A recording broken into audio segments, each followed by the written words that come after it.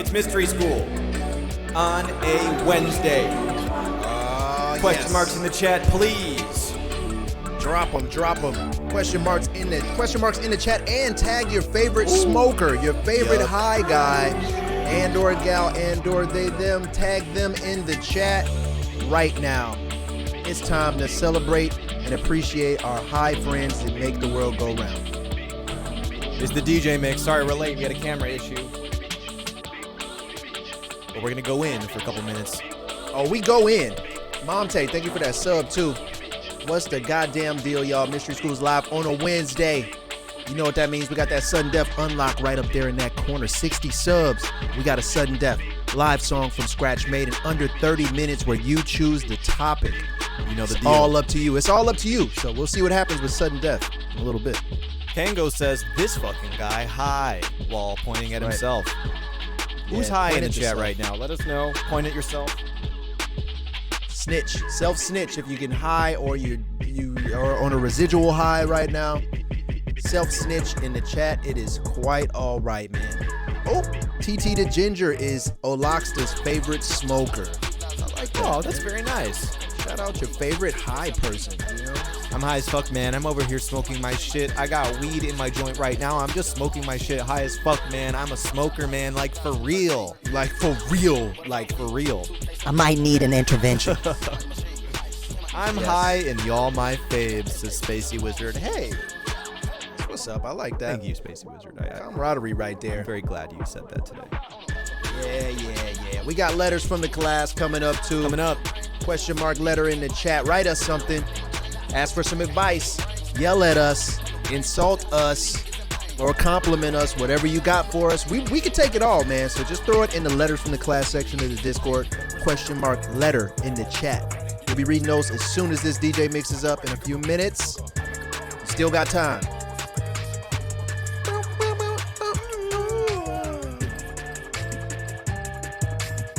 They can take it all. Oh no, I can't take everything. I can only take insults and compliments. Yeah, we can't take all of it, you know. Not all of it. Question mark letter in the chat to get a question, comment, or concern read aloud on the Mystery School stream. We don't get as many concerns as I would like. Yeah. Can somebody write us a concern? Something that you're concerned about us with? Yeah, like, are you concerned? Are we sleeping enough, or are we getting enough green leafy vegetables every day? Or like a homeowners association type complaint. You know, you can let it ride in letters from the class today. It's your only chance, because if you tell us in any other way, we'll take extreme offense to it and really be animosity driven after that, man. We'll be very angry. So only tell us in the letters from the class section. You got a few more minutes to write us something. Go ahead and try it out. Ooh, In Love We Trust says, when y'all moving in the new spot, y'all paying rent and ate there? Yeah, we know. Yeah. We know. Yes, Queen Slay! We are fully aware that we are paying rent there. Yep. It's giving technology right now, and I don't fucking know what to tell you. But it's close. It's all working out. I'm concerned that y'all ain't getting enough love on the Twitch homepage, says Peter Papolini. Oh, we'll be getting some of that real soon. It's fine. We'll extract some of that out of the mainframe. Yes, Queen, support landlords. Yes. Markov, that's fucking right, man. Yes. Rental. I'm gonna play some old shit. Hold on.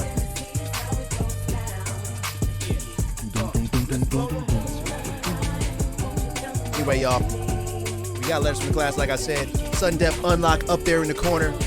And I wanted to take a second to announce and refresh your memories. If you haven't been on Twitter today, we announced the first edition of the Night School series, which is going to be a live fucking goddamn all-encompassing experience of a night taking place starting here in Chicago, September 24th. No, man. It'll be a great night of dinner curated by Chuck English. We'll have specialty dinners prepared for all the deluxe ticket guests. You will receive one new piece of unreleased exclusive 2023 Mariani, man, right there. You get it first before it even hits the fucking streets. You'll get that. You'll get a box of Chuck English's custom-made hot sauces and barbecue sauces that he created with a really good barbecue chef, man. They did it together as a family. And you get some more shit too. Free cocktails and stuff. Comedy is going on. Me and Owen are going to do a live version of this exact show right here. We're going to do an IRL live version of that at the venue while you're enjoying your dinner and your cocktails. We'll be there just soothing your ears by just doing ASMR spit takes into the microphone all night. Yup. It's going to be fucking great. DJs. We'll have a Cool Kids performance at the end of the night as well, performing all of the new tracks from Before Shit Got Weird. Well, not all of them because that's like 3 hours, but some of the new tracks from Before Shit Got Weird. Not every song, but some of them from Before Shit Got Weird. And we will have guest musicians coming in each city too. This will be something that we take to some other states and cities as well, so stay tuned for your city. But we'll have some guests pulling up as well, specialty guests. We'll tell you closer to the date who those guests are, but it's about to be an experience, man. We wanted to do something cool where you don't gotta just be in a mosh pit for 3 hours getting spat on and kicked in the shins by 12-year-olds and shit, man. Now you can stand up or sit down at a table and watch cool shit happen while you're drinking and eating food and nobody's bumping into you, spilling vodka tonics all over your back. You know? Real cool guy shit. You don't need that. Location, Talia Hall in Chicago, Illinois. Oh yeah, Talia Hall. We'll be posting a flyer on the Sir Michael Rocks Twitter page, the Cool Kids Twitter page, Mystery School page, so make sure you check it out. I do want to see you fucking pull up. I want to see some of y'all faces. I want to see you there, man, so make sure you guys save the date, September 24th, IRL. The boys are back in town. You know, literally, not figuratively. We will literally be there as human males. We will be there, man. Yeah, who knows, man? We might be able to pull up with some treats for you. Might have to bring some Easter eggs, some unreleased bullshit that we never gave away. Maybe I'll bring that very first edition Mystery School turtleneck that everybody seemed to have been talking about. Who knows, man? You want to be there, so don't miss it. September 24th is the date. Let's go. Return. Yes. Can we smoke in there? Says In Love We Trust. I don't think so. I don't know or think so. It is a publicly traded venue with investors and shit. Yeah. So I don't know if they're gonna let you do that. They probably won't. But you can come high as dog dick right before the show. Yeah, or just find a nice nook or cranny to go smoke in while the police don't see you. You know, go outside or go up to the rooftop or. Fuck, man. You won't get arrested. It's legal in Chicago, so you won't go to jail, but just hide from the venue man. You don't want to overwhelm him. Don't overwhelm the venue man. Is Chicago rec legal now? Yes, it is. Also saw a question, will it be streamed for people who can't make it? We're figuring out to what extent it will be streamed, but the plan is yes, currently. It will. Parts of it, like not the dinner, but parts of it are going to be streamed. That's at least what we're trying to figure out right now. Yep, he is correct. So you will be able to take a gander. If you're just too fucking far away and you can't make the drive or you're not in town, I guess we'll have it on stream for you as well. So we'll figure out which exact parts of the night will be streamed. I know for sure we're trying to make sure that the Mystery School stream part of the night will be streamed. So that's probably like 90% there already. We're pretty sure that'll happen. Unless the technology at the venue sucks or something's fucked up, that should be happening. And we'll fill you in as if the rest of the night will be streamed too. But it might, probably, man. Yeah, we're gonna try our best. Yeah. What's the event duration? The event duration, I think it's from like doors open at 7 or something, dinner, and then Cool Kids should be performing by like 9:30. So a real got work in the morning event. You know, we're not gonna hold you up all fucking day, man. This ain't the Smokers Club tour where you gotta wait 6 hours for the headliners to come out. We coming the fuck out, and we're about to show you guys what a nice night we can give you in the city of Chicago. So we need to add a command in the chat or something for tickets. Oh yeah, a ticket command would be dope actually. That's coming up. Don't worry. Yes. Well, we got an action-packed stream coming up. Thank you guys for posting news in the stream news section of this right here. Keep posting the news in there. We need it to supply the fuel to power the stream. If we don't got news, then the stream dies a very painful, dry death. Yep, so it will. Keep posting good news in there, and we'll keep on streaming good shit. Hop on in. Question mark Discord in the chat. It's not too late to write it in a letter from the class. Question mark letter. Questions, comments, concerns prioritized tonight.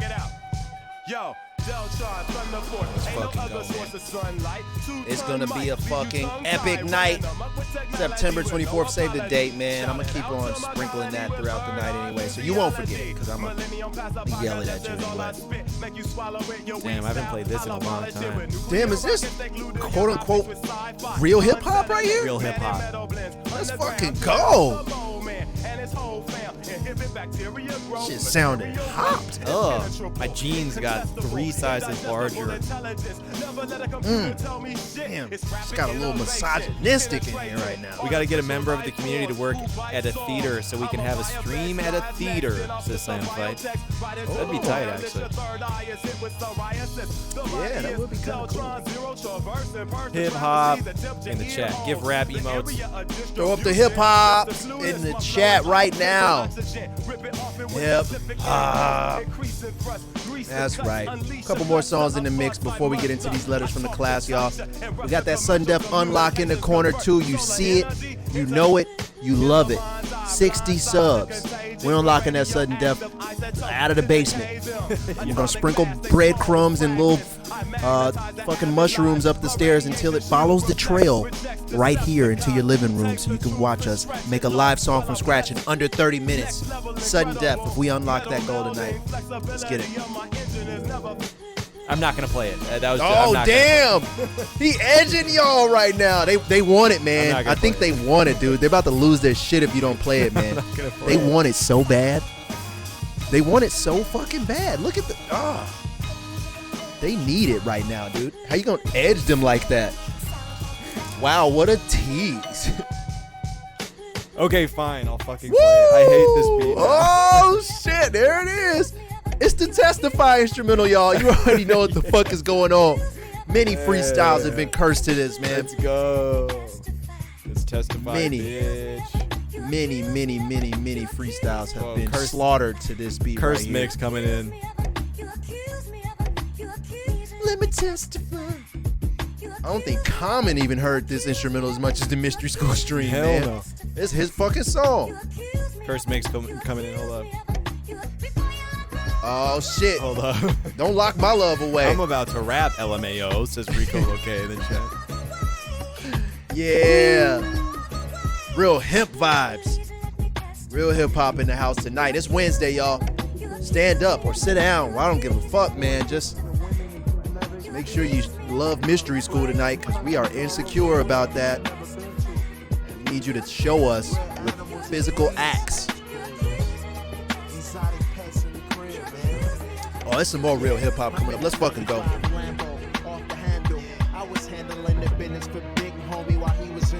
Oh shit. Let's go. Yeah, I'll rap this at the night school event, man. Yeah. Night school experience. I'll do this song backwards from the second verse to the first. If y'all promise me you'll come and just give us all a hug, please. If nobody comes to this, it's over for me, man. It's over. This the last thing they told me. They called me and it was like, Bro, man, can't do no more Mikey Rock stuff. If people don't come to your fucking show, dude, we're gonna cancel Mikey Rocks. They ain't gonna be able to peep Mikey Rock anymore, so it's up to you. so it's actually up to y'all, you know. Hip hop. Gotta show up. This song defines a moment in my life, says Keemster. Right, me too, man. Define a period of real hip hop to me in my life. Everything is mahogany. Mikey Rocks canceled, says Young General. So don't. Cancel him now. What did you mean the Warlock Mercedes? It sounded fucking nice. That's actually really cool. It sounded real. It sounded decadent and dark. That's actually fucking sweet, dude. I heard that when I was a teenager, and I was like, surely that's a real sort of car that I'm not rich enough to know about. That was the intent, I'm assuming. Yep. That was it, man. I think taking medieval fantasy and sci-fi tropes and themes and then throwing them in front of something current and luxurious, it always makes sense, man. All right. I'm in the White Dragon Lexus right now. Doesn't that sound luxurious? Yeah, if you'd know about it if you were rich enough, you know. I'm in the fucking Orc Belt Lexus right now. Still paying off my Warlock Benz, says Keemster in the chat. Man. Ooh, Emerald General says this shit went so hard. Used to have this on repeat. He'll perform it live 5 times at night school if you buy tickets. That's right. Mm-hmm. That is Backwards from the second verse. Mm-hmm. You know the deal. I'm in the Ogre Audi, says Ray J. That sounds hard too. You can't lose. Yeah, you can't lose. That does sound pretty hard, man. I'm not gonna lie. Whose song that was, says fuck you, Marcus.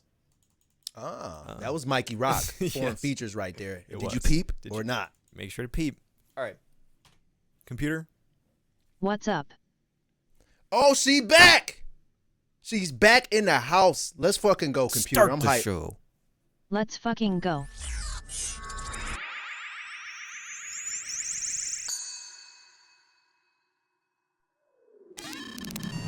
You're watching Mystery School, the first late night show on the net, with your hosts Owen Bones and Tony Reed Jr. Let's begin.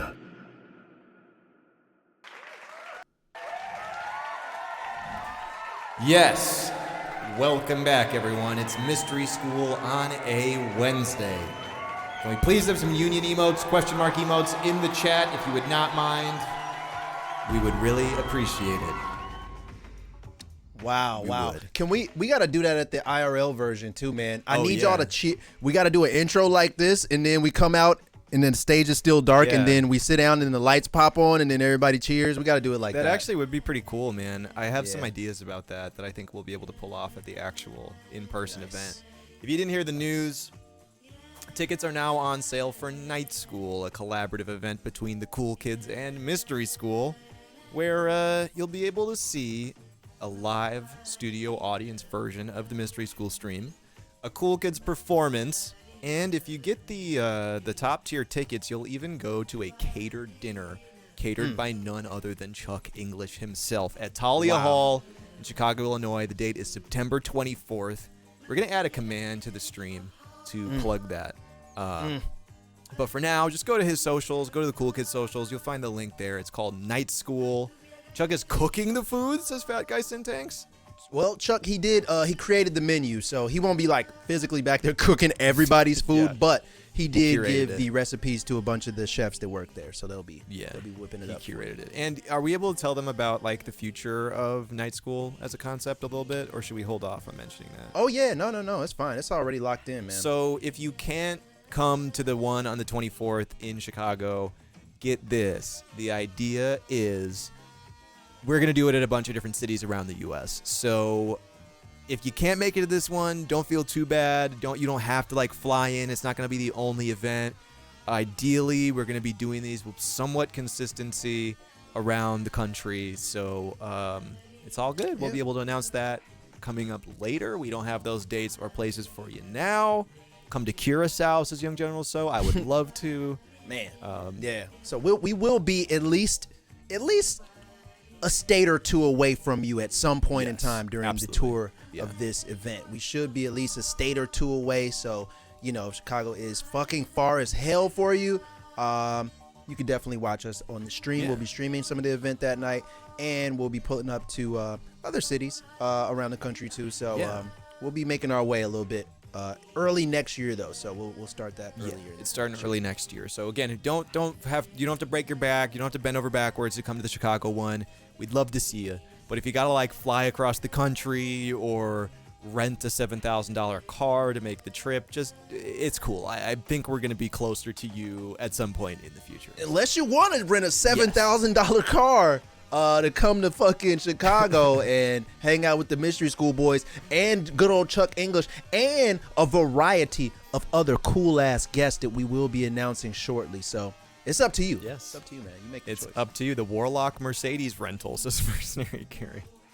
Yeah, if you do choose to rent the Warlock Mercedes, make sure to get the insurance package in case you crashed on the way to the show. Yeah. And G Herbo will be there performing. GEEHURBOW. Yes. G Herbo will be in the building, so Yes. don't forget to bring your G Herbo merch to get it signed by the one and only GEEHURBOW. He will be doing a collaborative sudden death with us at the night school event, so we'll see you there. And a couple people were asking if it'll be streamed. We're currently figuring out how much of it will be streamed because we're kind of limited by some of the technology and some of the stuff at the venue. But the idea currently is that the mystery school portion will be streamed, so you'll be able to see some of that, and we'll of course record it and shit like that. So, all right. We'll keep you updated. We'll add a question mark night school command or something in the chat for the next stream so you can get tickets there. But for now, September 24th, Talia Hall, Chicago, Illinois. We'll see you there. All right. On that note, we got a stream to do, man. It's the Wednesday Mystery School show. We got letters from the class. It's not too late to submit one question mark letter in the chat. We got the news coming up, and we have a sudden death unlock in the corner. At 60 subs, we might make a full song from scratch in under 30 minutes. I didn't thank Jay for the gifted sub. Proper Poe Man, welcome back. Markov, welcome back for 2 years. Proper Poe Man came back for 43 months, man. I was just looking through my camera roll. Let's fucking go, I saw Proper. that we met Proper Poe Man at TwitchCon 2019. He was the first ever person to come to a mystery school meetup, and the meetup For was real. us three. So That was literally it, yeah. yeah, dude. Shout out to you, man. Thank you for rocking with us all this time. Mom Taya, Hippie Rhetoric, welcome back as well. Good to see you, everyone. Keemster says, I'm fucked up. LOL. It was a small meetup, but we're anticipating a much larger turnout come September 24th. We will ideally have more than us and one other person at night school. So, anyway, let's do some letters from the class, man. What do you say? I think so, man. I got one queued up here if you don't got one already. I got one that is simply favorite shoe of all time. Oh, no, man. That's not I got my fair. favorite shoe. I'm a simple man. I have simple tastes. The acronym Air Force One collab. I like that shoe so much. It's featured in some press photos we took for mystery school. I wore it to the point that I literally accidentally burned part of it near a fire and still kept wearing it. And then I liked it so much, I ordered a second pair that was even more dead stock than the first one because it came out like 7 years ago, and I paid an Let's fucking exorbitant go. price for it just because I really like the shoe and the silhouette. I'm not going to advocate for it. It's just my personal favorite shoe. I really like it. The silhouette, man. Like, I honestly, the Air Force One silhouette, it just, and not to mention the acronym version is obviously superior, but just the regular Air Force One mold and silhouette is just so, it's just all encompassing, It's man. a You simple can't choice, lose. but I think that's just Can't my lose, favorite man. silhouette of all time. Like, more generally, the Air Force One is probably my favorite shoe ever. Yeah, and I would have said that was mine as well, but since you said that already, I'll be different. I'll go with something else since that's already been marked off. I would have to say, after the Air Force One silhouette, Jordan 4, the Jordan 4 silhouette. I only really like the original colors. I don't like any fucking weird colors, man. I hate that shit.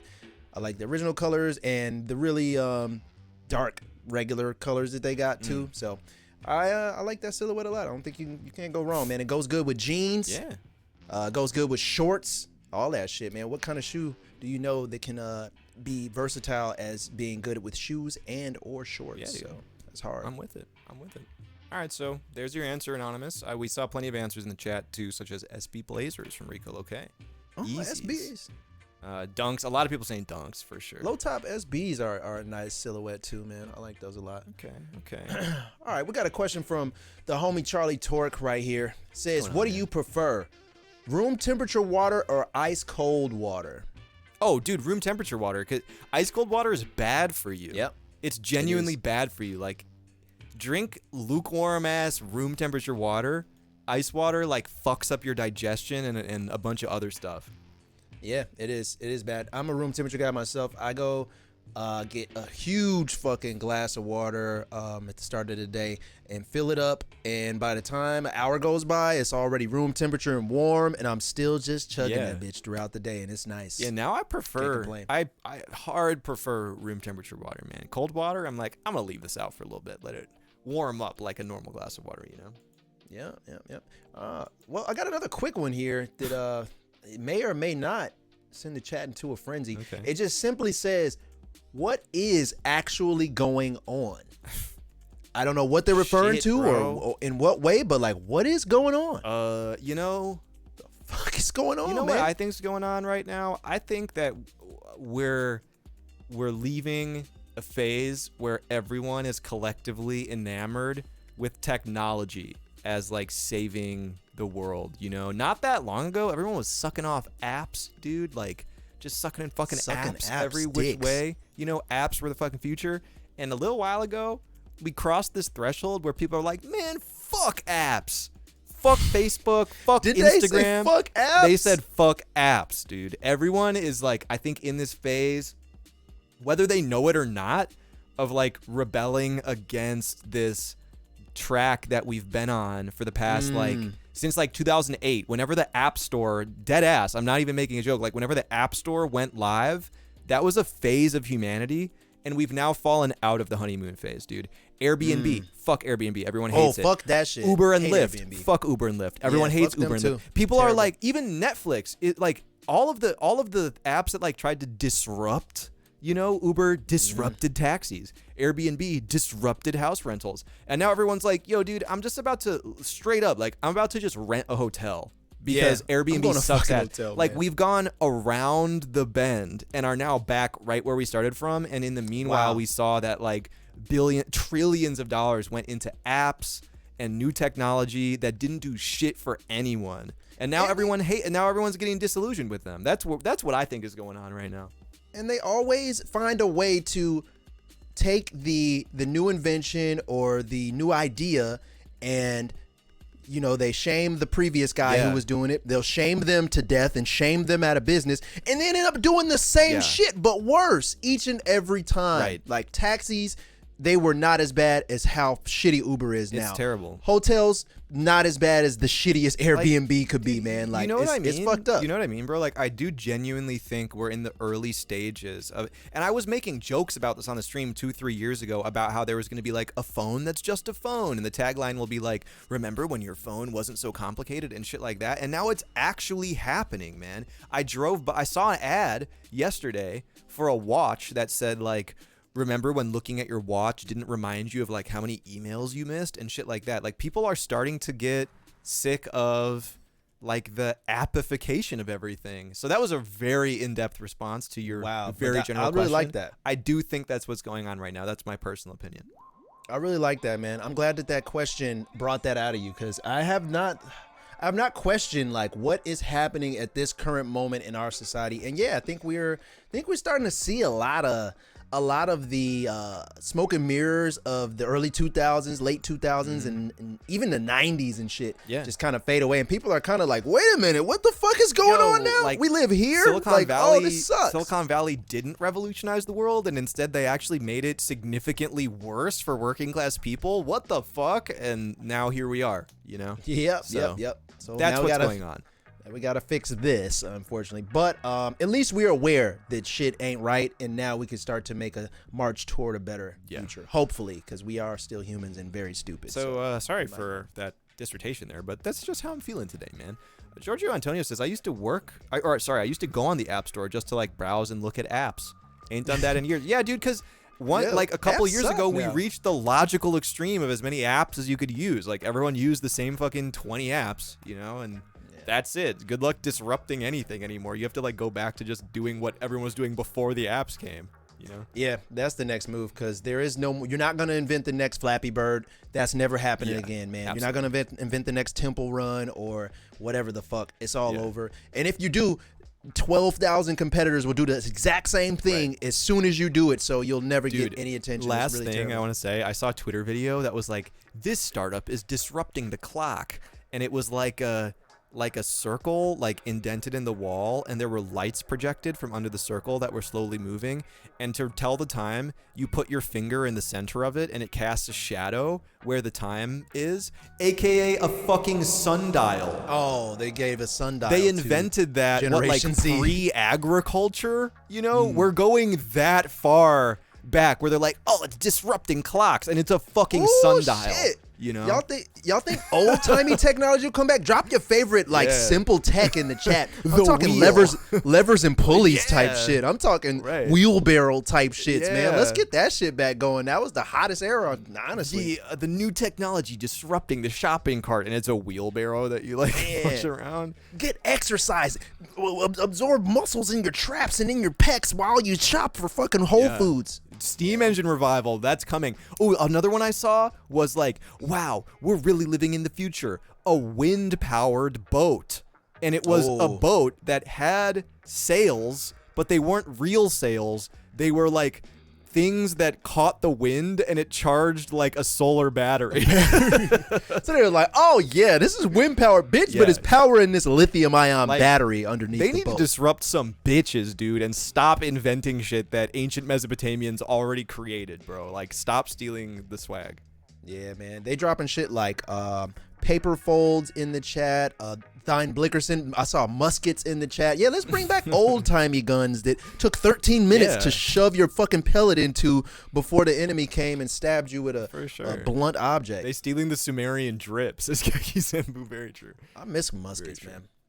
All right, anyway, sorry, that question really, I had a lot to get off my chest today about I'm glad I found apps, that one. That man. was a good one. So, anyway, we can move on. All right. Anonymous also okay, go simply ahead. says, I had a drug test today, please wish me luck. Good luck. Good luck, Anonymous. Anonymous, good luck. Try to pee clean, Yep, please. everyone make sure to wish Anonymous a good luck.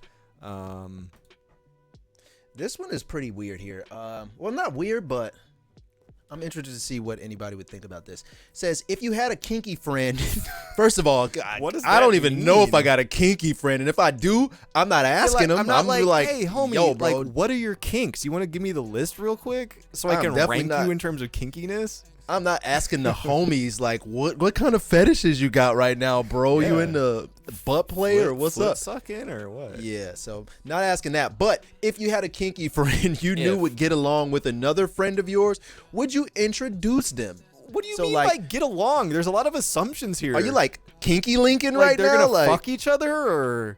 am I matchmaking the kinky friends? Like, what the fuck do you mean by Yeah, okay. If I met one of my homies who was like, yo, dude, I've got the wildest fart fetish, man. I just love fucking sniffing farts. I'd first be like, all right, this is challenging my bias, but I still accept you for who you are. And then if another one of my friends was like, bro, I just love fucking farting hard as hell, man, and I wish I could find someone that would get sexual gratification from sniffing my farts, I'll be like, yo, I do know someone, actually. I got Yeah. this guy you gotta meet. I would link the kinky friends, I guess, but like there's a lot of assumptions going on in that question. Yeah, if I did know two of my friends shared a niche kink, yeah, I'm linking y'all for sure. Yeah, I'll link you, for but sure. how do I get to that point is the question. Yeah. Like, how do I find out you got a niche kink? I'm not Dude, gonna fucking ask you. and you Like, know what? I'm not asking you that. I feel so. like kinky, the definition of kinky has changed too, man. I feel Mm-hmm. like from like around 2008, if you said someone's kinky, they like, oh, I like if you like choke me a little bit, or there's like a handcuff nearby. Now kinky, a feather duster or something. I in the feel room. like now kinky means you want to like get tied up in a hot air balloon and fucked by like 5 clowns or something. And if you're not that real, then like don't call yourself kinky. You know, that's the vibe I get these days. Yeah, and because kinky used to kinky used to be a little more lighthearted, like you're saying, and I think that the shame level has shifted, and I think that now it's like real kinksters can come out now because it's like kinkers. you. Better not kink shame me. This is my fucking kink, yeah. I like a stick of butter rubbed around my genitals Yeah. before sex, and I sprinkle it with a little hot sauce Yo. too, and that's my kink. And if you fucking shame me for it, then you're a bad Right. person because that's my kink. And yo, no kink shaming on this stream, okay? I'm not saying this You are because a I bad think person if kinks, you shame someone's kink if it's legal and not harming anyone all else. I'm drawing a question about is like I don't even know what it means to be kinky anymore. Like what the average person's threshold is for kink, you know? So chat, I like to, per se, let's just say I like to put my testicles into a small bind, you know, maybe a small like sock bind that gives them a little bit of grip, and then I like the feeling, you know, I like the feeling of a tight sock on the testicles that just squeezes just so gently. Am I kinky, or is that vanilla shit? I think that's kinky. I think, but also like cock rings are probably like pretty considered like normal now, so I don't think. Right, so cock ring is not even kinky anymore, huh? Well, I think kink is also relative depending on who you ask. If you go to like a sex dungeon or something and you're like, oh, my kink is using a dildo, they'll be like, get out of here, you no kink having bitch. Bob Egg said, you just broke if you're using socks. Oh, so that's not a kink, that's just broke. That's all a right, baldo. You gotta tie it with, oh my God, little see, what are those words, man? So anyway, what was the question? Oh, linking your kinky friends? Yes. The kinky link, yeah. We would perpetrate a kinky link among our friends. That is the answer we have.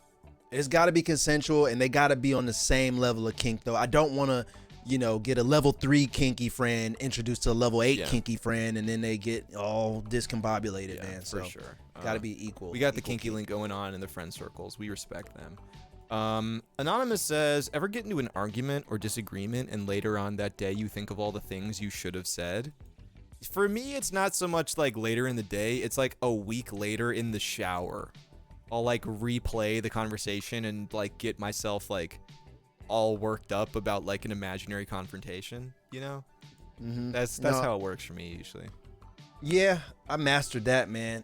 And then I get like real life mad about it too. Like I get really involved in it, so I do the whole argument, and then I'm rehashing like what I could have said, or what they might say, or what they might have said, and I'm going through different scenarios, and then I get into a real life anger as well to just really tie the situation together, and it's terrible, man. I would like to not do that, but it is a habit that I don't know how to defeat just yet. You know? For sure. We're working on it. I'm working on it. Also, Anonymous says, is this the 2,500th question? And it was the 2,420th question.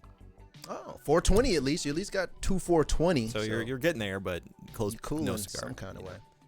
All right, man. I guess we'll do another one or two before we get out of here. I'm gonna start the skip actual ahead. show, man. Let's see. Grooming. Wow, this one is crazy here. Okay, I'm gonna have to skip that one. All right, There's some crazy ones. this one's What the fuck is going on today? All right. There's some pretty bad questions. Someone honestly. posted a link here. Uh-oh. What are you guys doing in the Not letters from the class clicking section? that. Okay. You got one? Because I'm at the I got bottom of one. them, and it only gets worse. Is there something you have a high admiration for, but zero aspiration to learn or acquire? Absolutely. I can think of several things off the top of my head.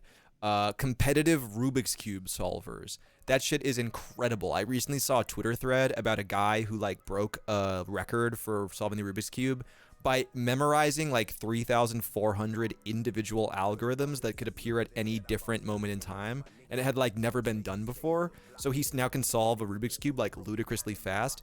I will never do that. I have absolutely no interest in solving Rubik's Cubes. Another one, speed running video games of any kind. I came on Twitch in like 2013, 2014 to watch speedruns. I particularly like Super Mario 64 speedruns. I watched a lot of Legends of Zelda Ocarina of Time speedruns. I watch Games Done Quick Festival when it happens.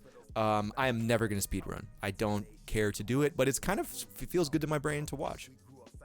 And this is it's all about things that we enjoy that we wouldn't do. Yeah, or just like you have a lot of respect for. I am a Clint fan, Tylarks. I actually am a Clint fan, dude. I've been watching Clint Stevens since like 2016. But anyway, yeah, like the question was something you have a high admiration for, but zero aspiration to learn or acquire. Oh man, definitely Formula One racing. Like I do like those guys that are racing those real crazy one-person race car spaceships and shit. That looks cool, but I do not want to fucking do it. It honestly looks really hard, and I'm good on that. And honestly, like really good golfers. Oh, too, God. man. Like I really admire that. That's a hard game, and it's really strategic, and you have to be very precise. And you're going against the elements of nature outside, wind and all this bullshit. And it looks cool, but do I want to sit there and actually get really good at that? No, man. And I know that that's a really good rich guy sport that rich guys do to like bond with each other and shit. Find and like other rich rich guys that I know, they love golf and they're like, dude, come play golf, man. Rich guys love golf, man. This is how you get rich guy friends, man. Come.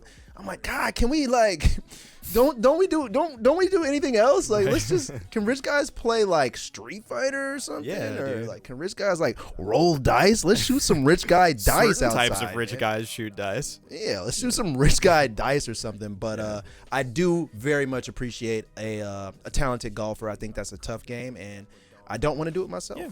All right. Well, good question. That was a particularly good question. There's a lot of other good questions in addition to the chaotic ones, but we got started a little bit late today, so I think we should get into the news. F1 Vegas meetup next year is already underway. Dude, that is one thing that I think I will learn at some point in my life if I have enough free time and discretionary income.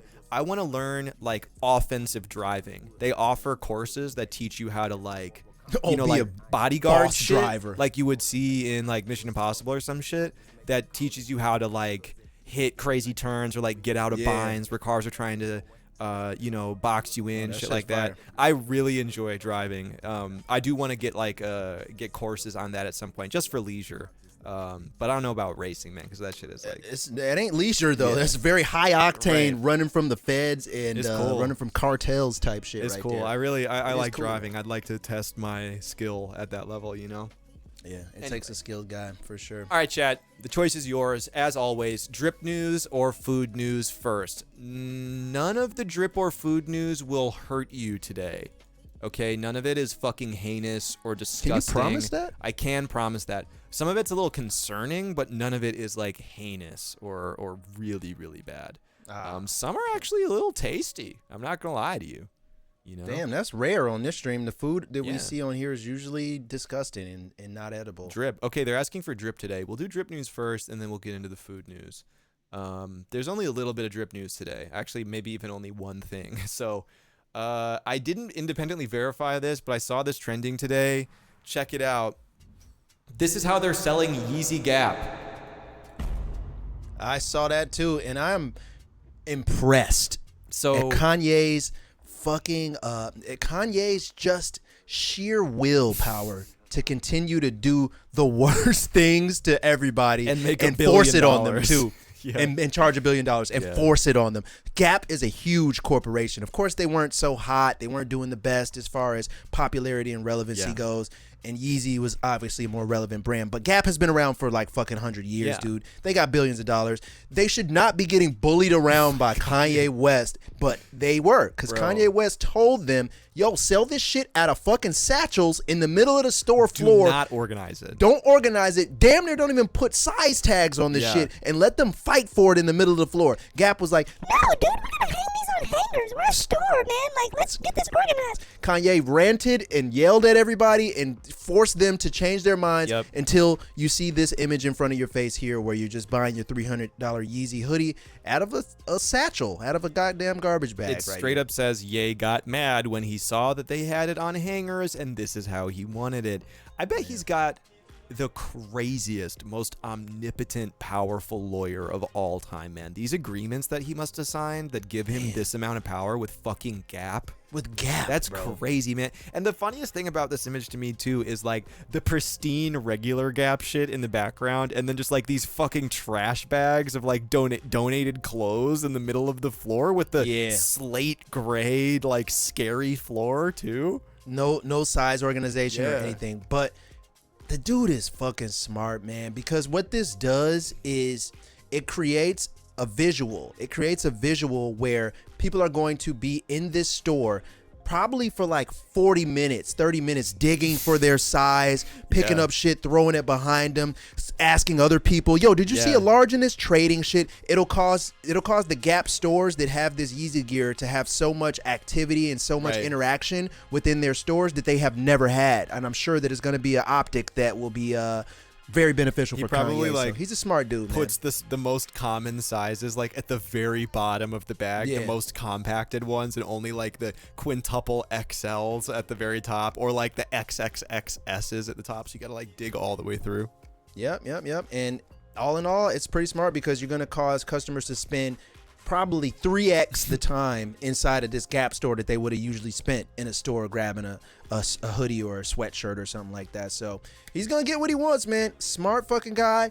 Evil genius. I won't tell you that he's not evil genius, but a genius. A genius nonetheless, man, because that's smart shit. Oathmaker here in the response, it says, "Oh well, time to dump out the bag to find your size." And then you get your ass kicked by a big ass Rick Ross size security guard. You don't want that now, so don't turn the bag over. You got to just dig through it with a couple friends. New copy pasta alert. I shopped at the Easy Gap and they told me I could take the whole garbage bag home with me for free because I'm making a comeback at writing copy pastas in the MS stream.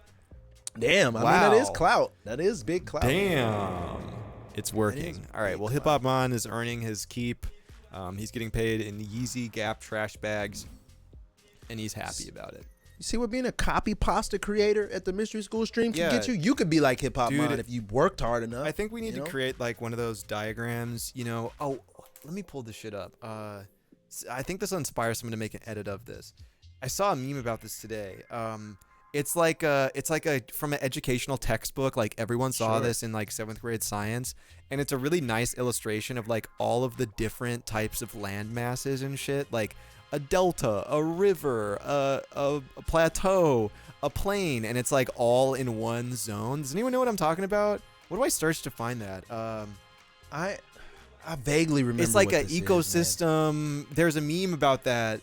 Yeah, like a tributary, and it's like all of the different land masses and like types of things like drawn into one. Let me go to the meme section. Plains, plateaus, swamps, deltas. I'm cautious. Rivers, lakes, ponds. Yeah, let me hills. Oh, here it is. Mountains. That was actually quicker than I thought.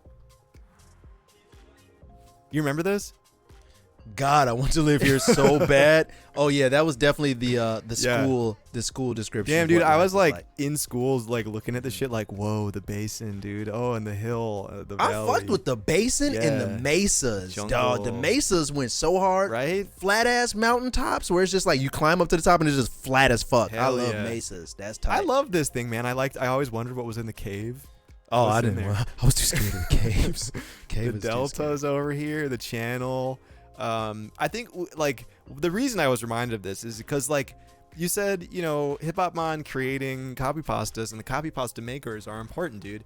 And everything in the Mystery School ecosystem works together. I think we need to document the Mystery School ecosystem, dude. We got the copy pasta creators, the Channel Point gamblers, We got sudden death verse writers. Yeah, the sudden death verse writers. The pests of the world, the sudden death vote swayers for all the topics that everyone hates. We got visual meme creators that create the visual memes. We got guys that cue the green screens out of the memes. Gas for us. leakers, Oh, wow. The sex pests, Markov. The sex pests. The lurkers. The lurkers are a backbone of this economy. Big lurkers in here. The squirters. There's honestly, and then there's some archetypes that disappeared after like a couple of Mystery School seasons too, man. There was a couple other archetypes that didn't make the it. VOD goblins. Even Scootoid engineer. What? The VOD goblins are a part of this economy too in ways that we can't quite perceive. The squatters, yes, this is all true. These are all essential parts of the Mystery School ecosystem. The news posters, Oh, then you got the consistently unsubbed that need a sub. You got the sub needy, Yeah. You got and you have the sub generous as well. The sub gifters, exactly, man, exactly. What the fuck? What's a goon to a vodlin, says Ray J. The meme hound. The streamers, says Sir Swank. Respecting the giftas. No hard R's. Subscriptive and breedable. Very true. So thank you to everyone participating in the fragile ecosystem of the Mystery School stream. Without your individual role, we would all perish. Yeah. So. One fragment of this ecosystem shifts and we all die, guys. So we need everybody to stay where they are. And chat, as a treat for participating,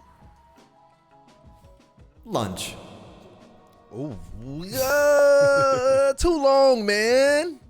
Too long. Damn, man, I'm hungry. I'd eat this right now. Glizzy too long, baby. G2L. God damn, the glizzy just is too.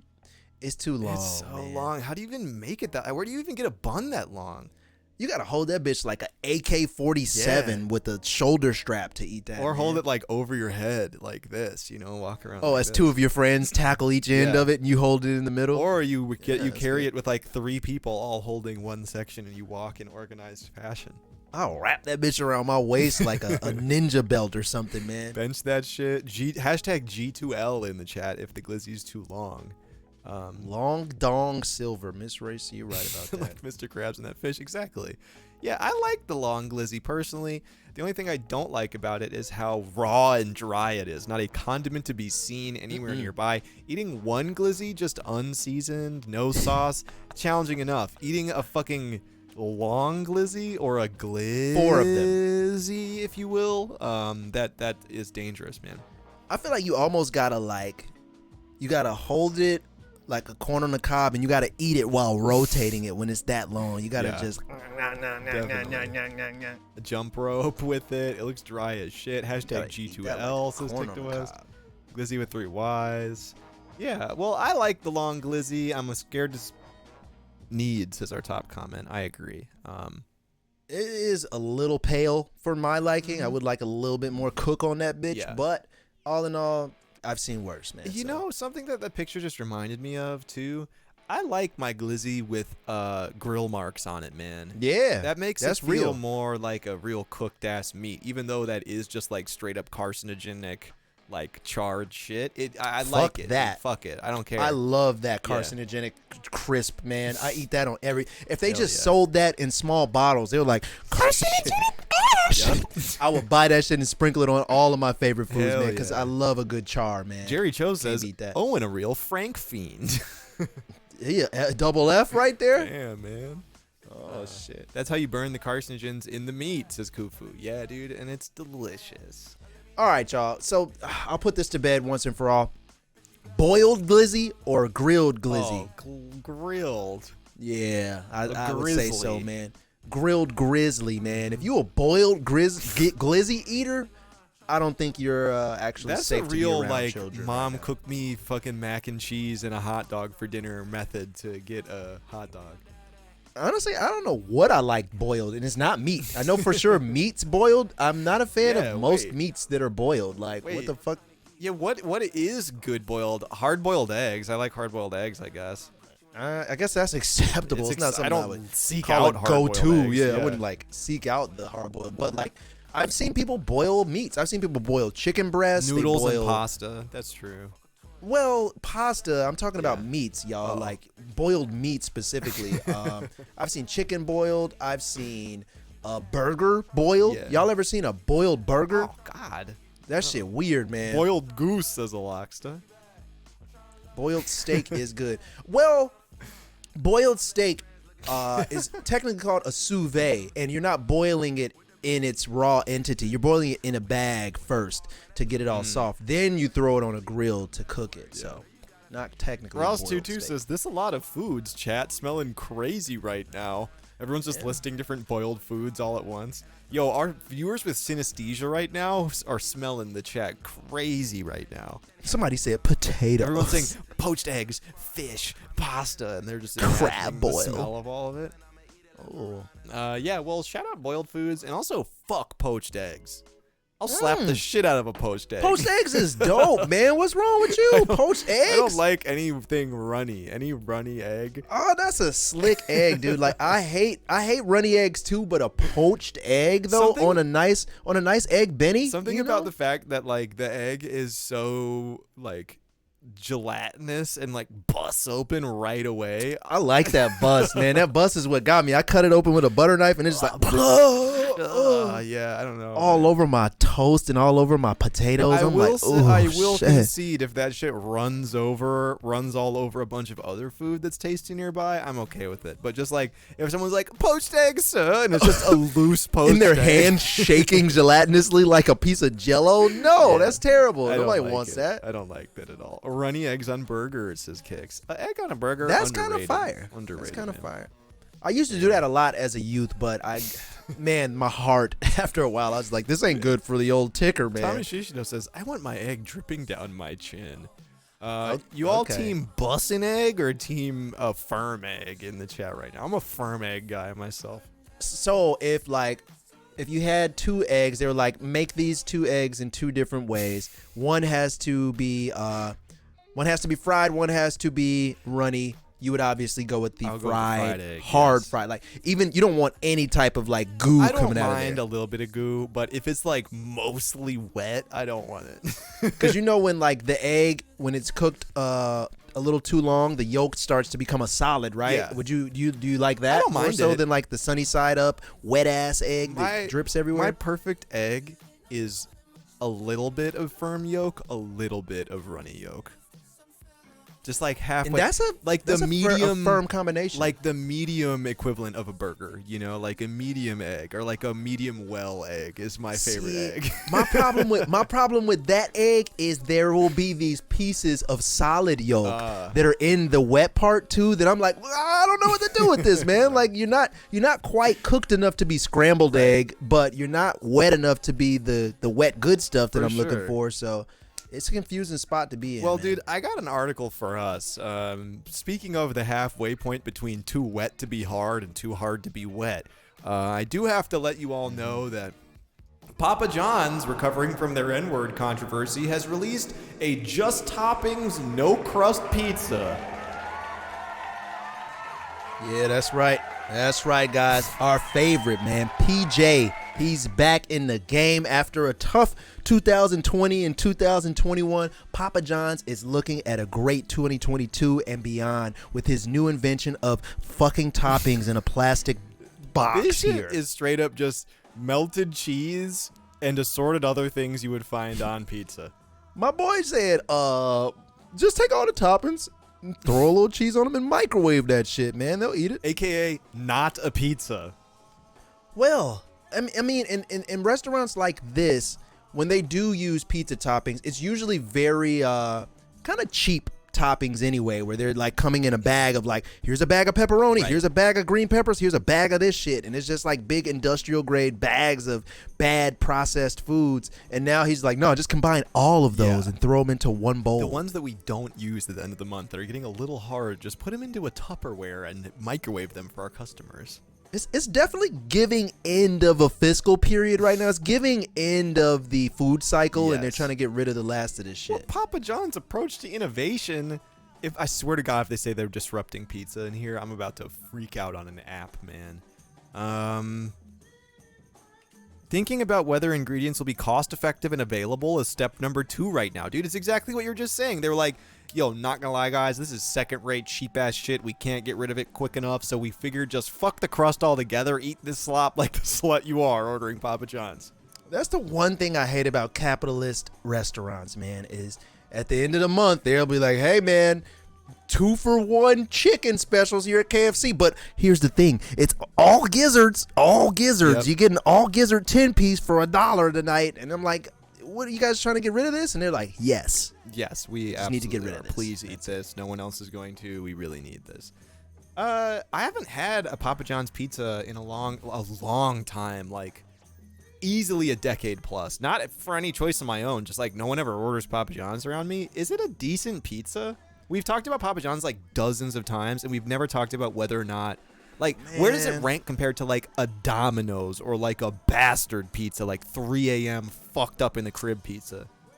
And dude, honestly, Papa John CEO racism aside, kind of slaps. Out of shit pizza, it's pretty good. I man. remember out of like shit tier pizza, it's pretty good, man. And it comes with that garlic butter sauce. So like, if you don't care about your health at all, or you don't give a fuck about the next 10 years of your life, and you want a nice high man, drunk man pizza, it's better than Pizza Hut. It's better than Domino's. It's better than like that tier. That's how I remember it, man. And I fondly remember those little pizzas that would always jostle around the box and create a rustling sound as you were taking it home. I like those too.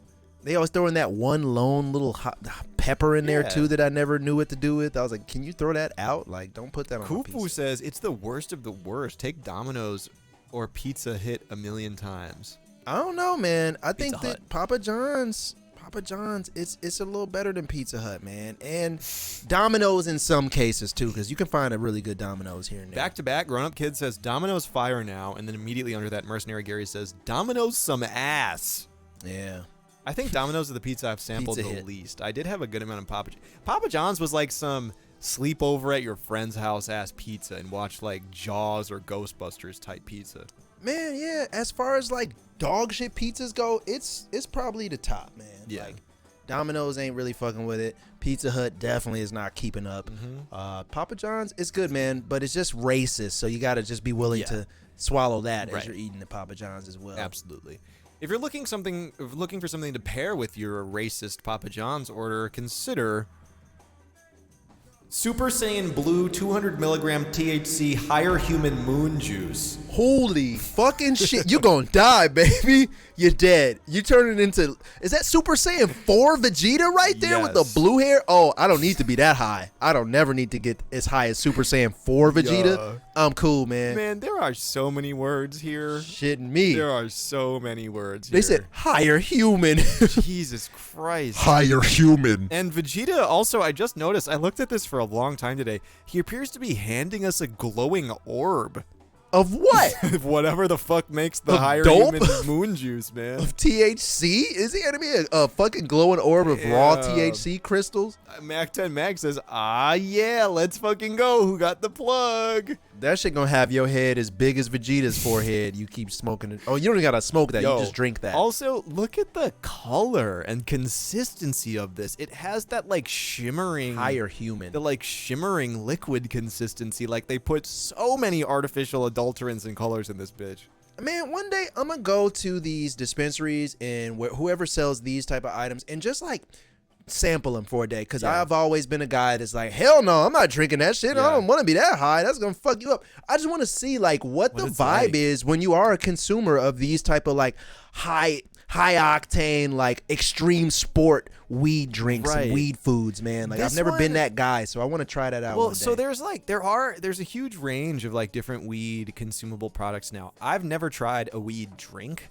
I sometimes eat an occasional edible, but I've shied away from the weed drinks for no reason in particular. It just like didn't seem like the most optimal way to Sure. get high. These ones though, I think are less of like extreme energy drink and more of like the gas station boner pill of weed innovation, you know, where they're just like, fuck it, bro, put as much synthetic THC in this bitch as we Yeah. can possibly chalk in legally, artificial colors, shimmering textures, Sugar. Vegeta on the cover with no license acquired, and ship that bitch to all gas stations. Toriyama knows nothing about higher human Yeah. moon juice, unfortunately, man. He has Yeah. no say here. Yeah, man, this looks like it'll give you cavities and possibly brain damage Yeah. at the same time. There's also the weed brands that I've been seeing the most often are like real like Apple Store ass weed brands, you know? They're called some shit like Rise. Like one word like thought form or something, and it's like very minimal Oh. packaging, you know, and it's like super minimal design and like fine print. And they don't say the strain on it. It's always like decompress or something like that. Like really like Awesome. startup Silicon Valley ass weed. I've been seeing that a lot more whenever I go into dispensaries now.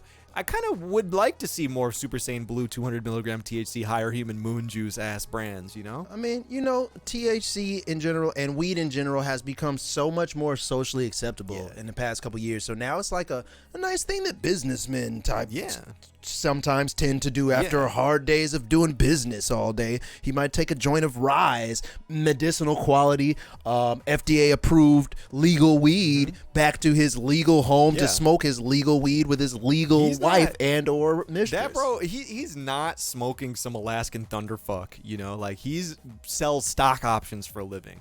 He needs that decompress or whatever the fuck. Release. He's smoking some release or something like that from his local dispensary with a 24% THC count and probably a nice fruity aftertaste to it. So it's not all about the Vegeta 9000 gas no more, man. Yeah. Like businessmen don't want to smoke that, No, so they don't have want to that, change the image. I miss weed in the sandwich bag. Who said that? Keemster. One of our viewers, actually, who is in the chat somewhat regularly back in the day, approximately 14 years ago, pulled up on me, and since he didn't have any bags, he tore a piece of notebook paper out of one of his high school notebooks and just put the gram in there and just like bunched it up and twisted the top and gave me the notebook sack. Yeah, that's common. That's a common one, man. tight. Have you ever had the shower cap turn into a bag of weed? No. For you, though? I've seen that. Ew. Man. At a hotel. I mean, I think it was a new shower cap though. He's like, oh, hold on, bro. No, it was a new one. I think he just took it out. He's like, oh, here, take this. Dumped the weed in there and just twisted it up and gave it to me, man. I've received weed in aluminum foil, tinfoil, toilet paper. I've received weed in notebook paper. I've received weed just crumbled into my hands by some people. Just figure man. it out. The old figure it out method. Transport this to your man. place of arrival. I definitely have received weed. Oh, the cigarette box. That's actually a sweet one, man. I like that one because it does give you a little bit of camouflage for the police. You know, Toilet paper was in high school. Yeah, I received some toilet paper weed for sure. yeah. Tinfoil was somewhat common. I would see the tinfoil bags somewhat often.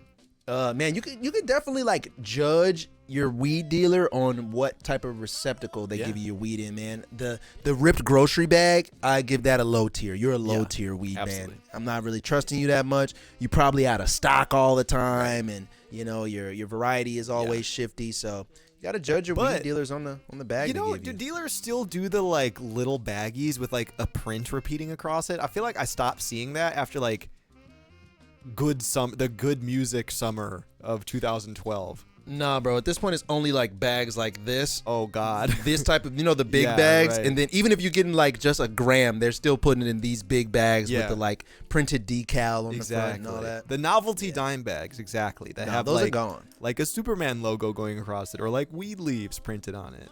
I think that industry has shifted to more like meth now. Yeah. Like I think meth is the main consumer of those small bags and those little type of the Batman signal baggies and shit. Like I think that weed has graduated from that, and now I think that like things like meth and maybe 2CB are the prime components of using those bags. The Life NC says something interesting. No one's buying less than an eighth anymore. Yeah. I mean, not wrong. I haven't seen anyone cop a hot fin sack in a while. A hot dime bag even. I haven't even heard of a dime sack in a while, man. It's like you either getting a 3.5 or you gotta go to fuck home, man. Like we're not selling no dimes over here, baby. For real. Young Tech says, "Yep, I put my meth in there." The Yeah, Apple that's a brand good. bags. I would love to see. Well, not for me, but like I seeing- personally would. seeing meth in like a Marvel versus Capcom bag or something, or a little DC Universe bag. I'm like, oh, that's good, man. Dime bag like $3 now, says Kufu. Oh, they're experiencing deflation in the dime bag market. Damn. I will say that, man, I do like that over these past couple years, weed has become astronomically cheaper, man. God, weed is so much more affordable than what it used to be. Weed is so cheap now, man. Motherfuckers be buying dubs, says Young Tagged. I haven't seen a dub sack in a long time. No, I ain't seen a dub, a dime, or remember a nickel bag? Yeah. Fuck that. I remember throwing down a single $1 bill with the homies for a nickel bag. For a good old nickel bag of that frickle snitz, man.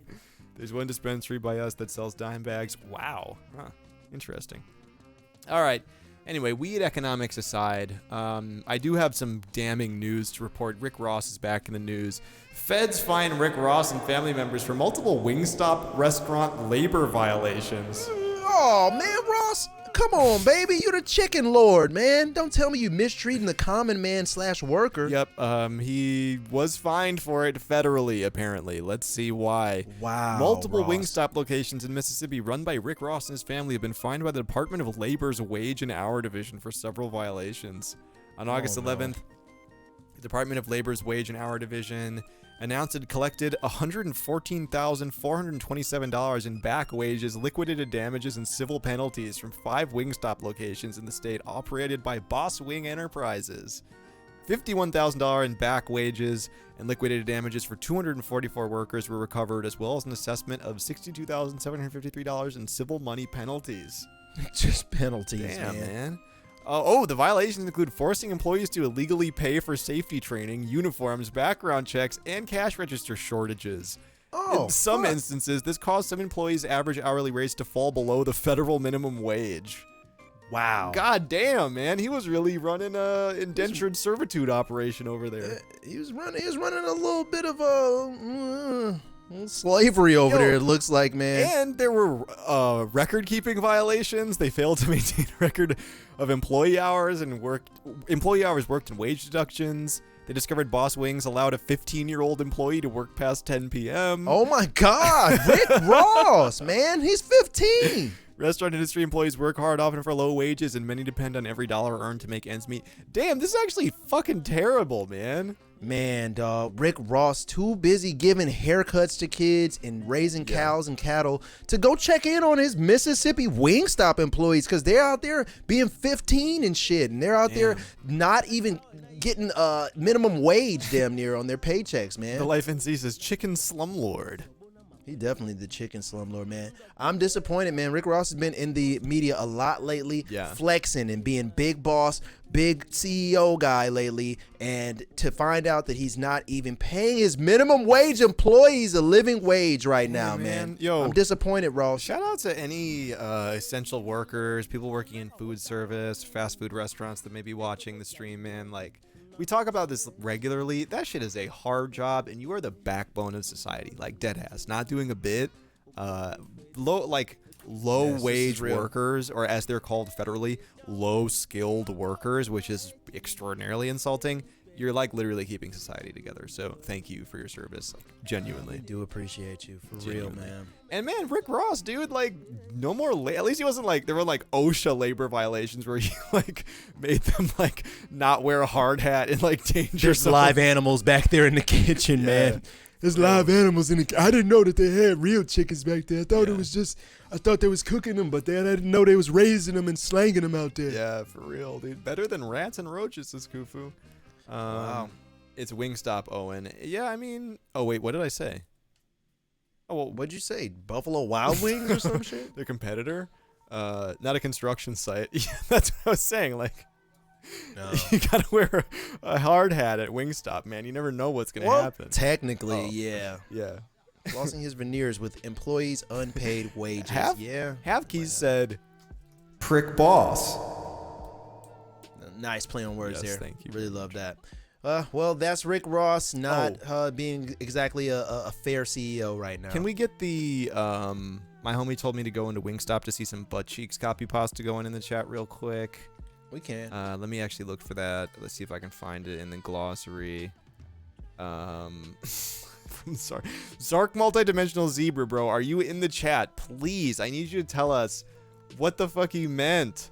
What did it mean, man? When he said, hold on. Oh, here it is. I got it.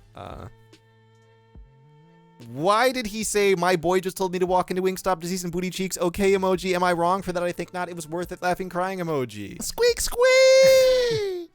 Yeah, Zark, dude, come back. Please tell me what you meant. This haunts me at night. I don't think we'll ever get to the bottom of that one. Just like the dude who said, my bitch talk over me and I'm white with it. Still hasn't been back since that fucking legendary day. Ray J would follow up with him occasionally, and eventually dude turned off his direct messages. Like, he just dropped that one just as a gem and left it as that. He knows that there is an entire community of people begging to know what he meant by my bitch talk over me and I'm white with it, and then he turned off his ability to receive DMs. He's just like, I fucked their entire life up with that one. He just fucked our entire lives up with that. He really did, man. He overwhelmed him. I just walk into Wingstop to get my order, says Robert Poe. He changed his name too. He wants to be disconnected from his dark past of chats in the Mystery School stream. Yeah, he'll never own up to that one, unfortunately. But at least he left us with the memories of being white with it. Indeed, he did. All right, dude, it's time for corporate hell time. I think we should gamble on this.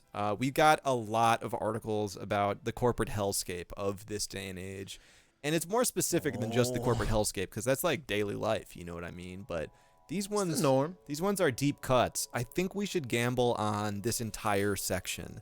Of unspecified number of articles. Oh, okay. Just will something appear? Will we see whatever in these next like section of articles? Do you have any suggestions? First of all, can I get a hashtag #AG in the chat right now? Because we don't know how many articles this is about to be, but we're gambling on them. !AG. Are you on Adriana's account again? Hell yeah, I am. Until the points run out, I'll be on this account. It's the family channel point account. The family and friends channel account until further notice. We'll see how many points I get out of this. Yes, vices. Yes. Well, let's do a hashtag question mark AG for this one because we don't know how long it's gonna run. But we don't have a let us in your house for it right now. Oh, this is my offshore account. Yes, you're right. Should we do a let us in your house? Should we ask? I didn't think of one yet today. You got anything? Show us. What should they show us? What do we need to see? You know, we haven't seen your pets. You guys petting? They got there's a pet pets channel in the Discord that's pretty well trafficked, but I don't remember last time we like asked our viewers to deliberately post a photo of their pet. That's nice. Let's see those pets. And if you don't have a pet, but you got like a plant or something that you really like taking care of, show us that too, man. It's fine. I just looked at the Discord. Coyote said, Owen going crazy for these glizzies. Damn, he definitely about to black out over those glizzies right now. Damn, I like how disrespectfully strewn about and broken open they are. Yeah, I mean, those are the tastiest ones, honestly. Yeah. The ones that have just been discarded by society. The ones that like you get served after swimming in summer and they're like all charred and burned. And you got to bite into it to get to the pink part. Hell yeah, I love that. Ooh, nice. Also, Sko is driving in, listening to the stream. Oh, doing a cool 50 and a 20 right there. Very nice. Very nice. Listening to the Mystery School stream on audio. Anyway. All right, so we got a hashtag question mark AG. Let's get it going here. We will include ads. Ads will be included because I'm about to make this hectic for you guys. Okay. Man. So we'll include the ads. I personally would like to see if we will be able to. Will we see the back part of someone's hand in the next indistinguishable amount of articles that we have left here? Will we see the back part of a hand clearly? It has to be clearly shown. A real person, not like a real drawing human being, or a virtual render or something. Yeah, real human being, no drawing, none of that bullshit. We need to see if we can see clearly the back of their hand. And honestly, I think I want to see two. The back of two hands. Yeah, back of one. Yeah. Odds are good. Back of two. Back of two hands in the next however many articles we have in this segment, and we'll see if you guys win or lose. Okay. They're asking, does it have to be extended? Like, just this part, right? Like, no. it could be a fist. Yeah, it could be that. Yeah, it could be just the fist. Okay. It doesn't have to be the fingers and all that. So, All right. let's see. Lil Francois says, bets involving hands are cursed. Beware, gamblers. Yeah, be careful. It sounds easy on paper, but you never know here on the Mystery School stream. I'm going all in. Or any two hands. Same person? Oh, no, it could be two hands. It doesn't have to be on the same person. Doesn't have to be the same person. Nice. I just need the back of two hands here, y'all. What was that? Ads are even included, but if it's an infinite ad situation, the top 3 ads. That's all you get. For sure. All right. Well, the gamble is going down right now. I do want to take a look at our Discord and see the pets that are being posted. Real feel-good normie prompt today, but I want to feel good and like a normie. Nanny and Gambus is grown-up kid. Aw. I like them both. Very, very true. Kufu with the plant. Some bamboo. Oh, nice. We have bamboo. Taking care of it. River keeps eating it and trimming it down so it never grows, but it's very nice. Misfit MVP growing Kush. Nice. Love very it. little cushies there too. Astro 47. Thank you. Welcome back. Possibly Ben as well and CG videos. Peace and love, baby. Dog with the headphones on. Oh, dog phones. I like that. Oh yeah. Oh, look at that guy Yep, out there. yep, very Just good. vibing. My cat Tiggy. Oh, we got an orange cat. I heard a lot of things about orange cats. I got an orange cat on my head right now. Orange cat alert in the chat right now. Sleepy Doge. Oh, Where's his head? passed out. Oh, he's like slumped. Truly slumped. Yeah. Nice. Love to see it. Slump. Sonic Boom. Adorable. Love to see it. Nice. In that doggy bed. Yo, I love Nice plants in the shower shower, dude. I want Yeah, one of that's those cool. like, you know those like moss mats that like grow moss on the ground and shit on the shower? Oh no, I haven't seen those. It's like the water from the shower naturally waters the moss and it grows like cool looking moss as like a bath mat, you know? That's actually tight. All right. K-Will. Very nice. Oh, very Oh. handsome. Nice. That's a cute dog. Oh, Oh, double? Is it double cats? double cats. Look I at thought I those. was seeing double, but it is double. Mhm, doubled up. Nina with the 40, says Kango. Wow, I like how this cat and the previous cats are almost the same. Mm-hmm. And this one has got one long white leg and a crippling alcohol addiction. It happens to the best of us. Very nice. Let's look at one or two more here. Throwback. R.I.P. Oh, Little complete Crazy. unit of a dog right here. Love this thick chonk R.I.P. right here, man. R.I.P. Reef. That's a great name for a dog, by the way. Although I cannot see his face, he is You completely do be invisible blending there. At Renzo FTP. Oh, a lizard in there. Is that a bearded dragon? Yeah, it is. Oh, nice. All right. Very nice. A golden water bear from Personified. That counts as a Go pet. with the bearded dragon. Yep. Only if you train it, though. Yeah. If it's just running wild, biting strangers, then you can't call it a pet. We will check back in. Don't worry. We're going to check back in on the rest of the pets. Keep dropping those pets, y'all. We need those. But- put them in the Discord for us. In the meantime, it's time for our reactions to corporate fuckery going on in the world right now. I picked these. All right, we get a lot of weird corporate news articles, but they're never truly shocking. There's some today that have, in my opinion, like really crossed a line. This might end up getting a little podcasty more than it is like shitposty and memey, but I think some of this shit needs to be talked about. Check this out. For one, say hello to Lil Michaela, who is now the official spokesperson of PacSun. So, saw okay, that. we know Lil Michaela. She's been around for a while. We talked about her on the stream several times at least. You all have probably seen her. They're giving fucking virtual influencers brand deals now instead of actual living Real breathing humans. influencers? Yes. That are real people? Yeah, I could have saw that coming, man. The Michaela Project was wildly successful in its inception and has begun an even higher ascent now, as I see it. It's gained a sponsorship from a huge corporation now. The thing that I really want to kind of unpack here is like, what made them go with this verse, right? Like, I think when Lil Michaela came out, it was like the novelty factor, right? Of like, a virtual influencer posting on Instagram and like doing cool shit. And Got the fits on. She's all that. virtual, whoa. And like, that was kind of like a cutesy gag that I think people got bored with pretty quick, because you look at it, you're like, yep, that's a virtual influencer. And then to have them do anything like in the real world, I think the average person is just like, shut the fuck up. Like, that's cringe. I do not care about this, you know? Sure. So it seems kind of nefarious to me that like they're betting on virtual people being better spokespeople than real people, you know? Like, what do you think the point of this is?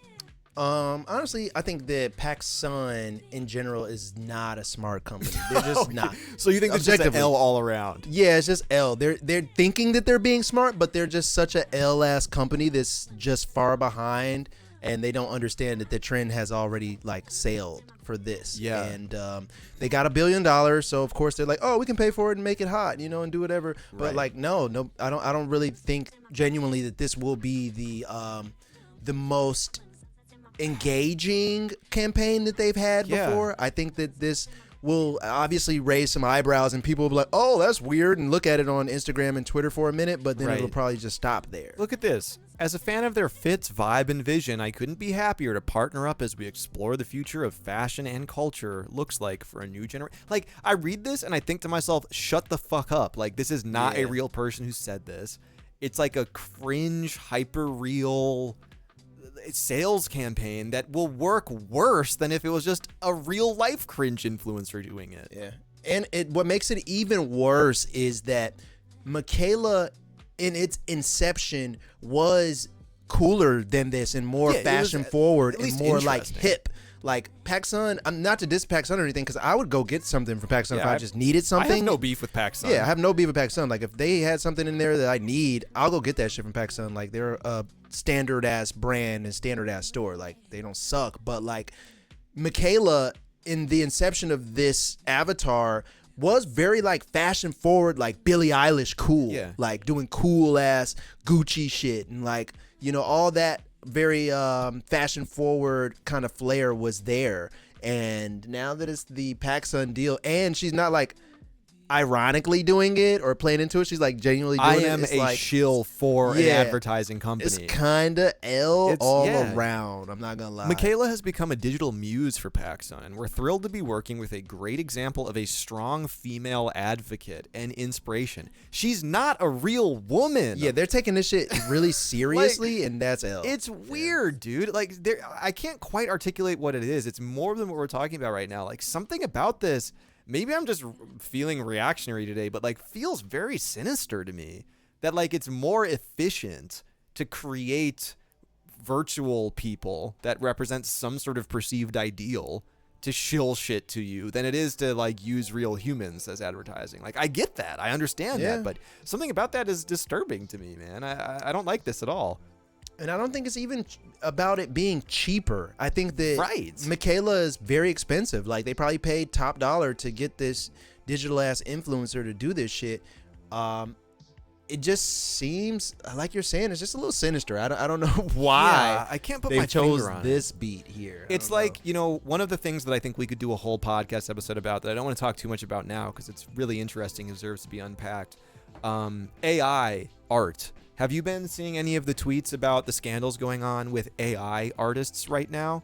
AI artists, like, are you talking about like those AI bots to create these like blends Dolly of and there's another one like something diffusion or whatever the fuck. Like I've within seen all the of those. last year or two specifically, there's been like quantum leaps in modeling AIs that can they're getting freakishly good, man. Like for the last year or two, you could always tell immediately if something was AI generated image. It has kind of like a dream-like hallucination-based feeling. I can't identify any of these objects. Vibe. And it's like kind of a vibe of the prompt you put in. Some of them, specifically the ones that model after artists, are getting very, very specific. And there was a scandal I saw going on recently where one of the best ones, I can't remember the name of it, something Stable Diffusion, I believe it's called.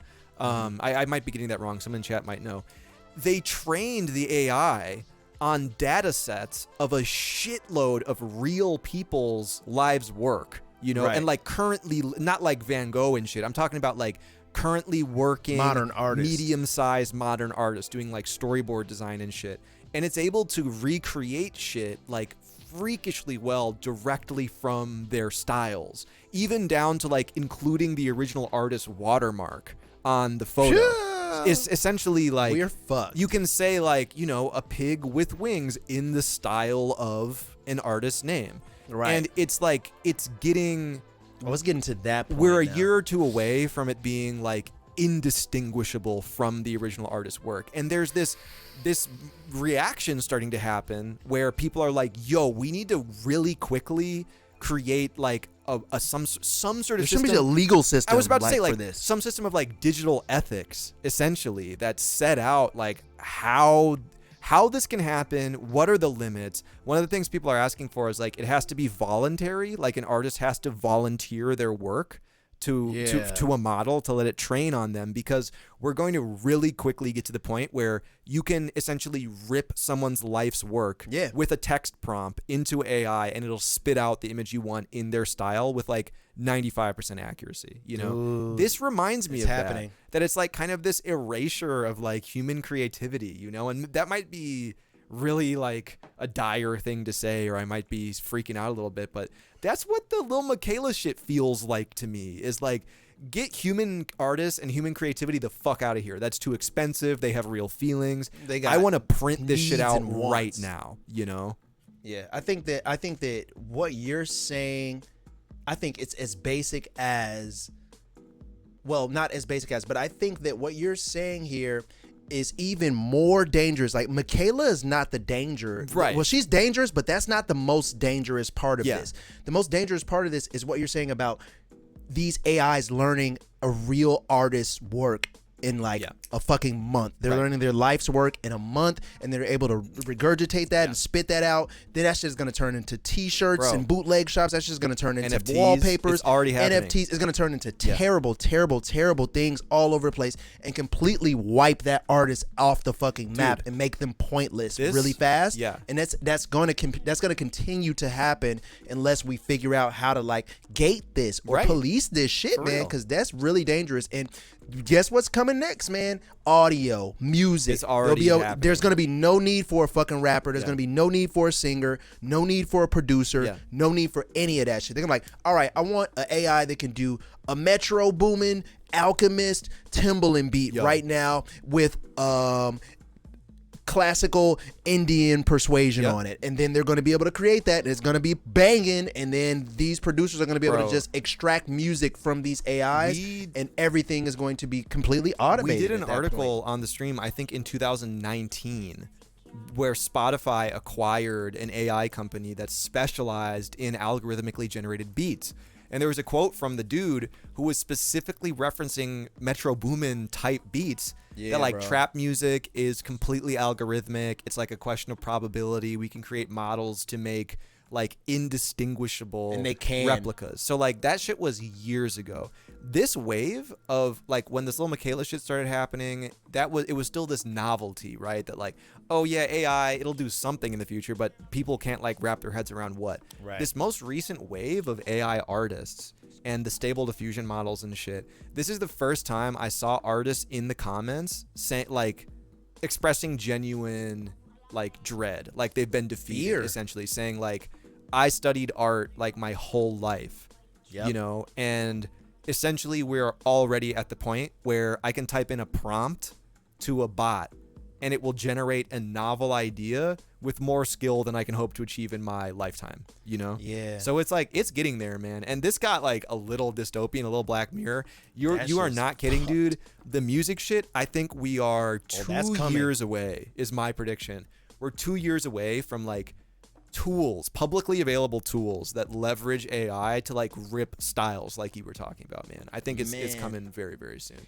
It's scary, man, because we do literally have to, as humans, study a craft for years sometimes to get really, really good at it or to get our own style extracted from it. Right. We have to study that shit for years, and these computers do not have that learning curve. They will be like, oh, Minutes. I understand instantly. Minutes, yeah. Let me regurgitate your shit better than you can do it, man. And it's going to create this thing where humans are going to be just like cattle at a certain point to just give the AI some organic ideas that they can extrapolate upon and make even better, because they don't need us really, man. They won't need humans to create shit. And art used to be the one bastion that like computers couldn't crack. Like computers could never steal art because it's like they're just robots. They don't got creativity and spirit, and now they fucking do, bro. And art is on the chopping block now. They've already allowed computers to recreate obviously like technology stuff,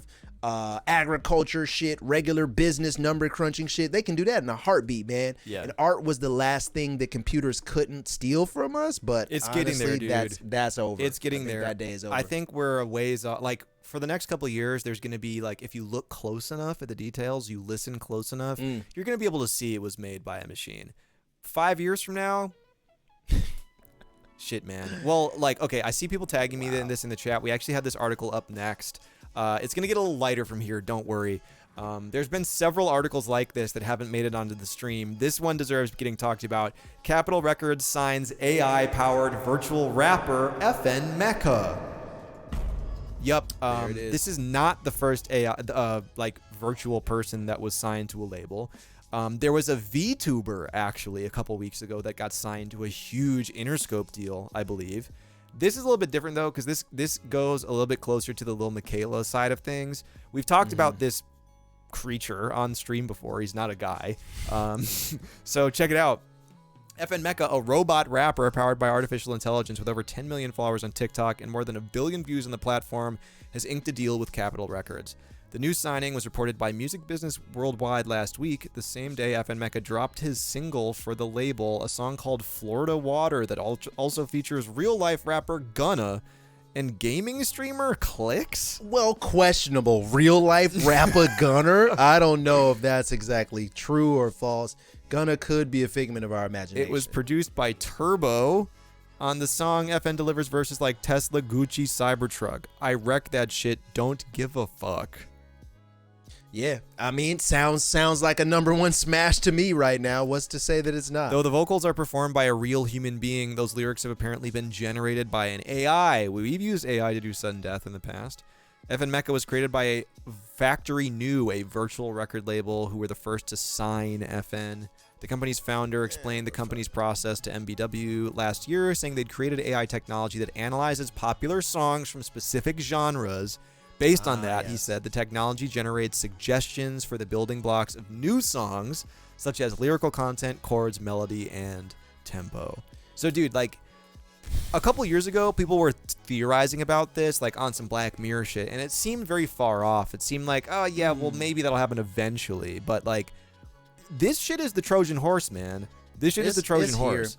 It's here, y'all. And a scary thought that just popped in my mind right now that I'm not even sure if anybody is doing this already, but like just as a human to combat this and to like compete against this, I'm thinking of like, man, I need to find a really good AI lyric writing bot that I can use alongside myself to make my lyrics even better and to like paint them in that way that the AI thinks is the like human way of acceptable raps and shit, because they said it in this article. They're like, this AI, it takes from popular songs and popular themes and concepts. So this motherfucker knows everything, man. And I think if I typed in like, let's do Sir Michael Rocks, but on this producer type beat / this type of concept, I think I'd be able to figure out a way to have this AI be like a writer in the room with me, just kind of like being an assistant writer to my songs. I do think, my personal opinion that we talked about on the stream before,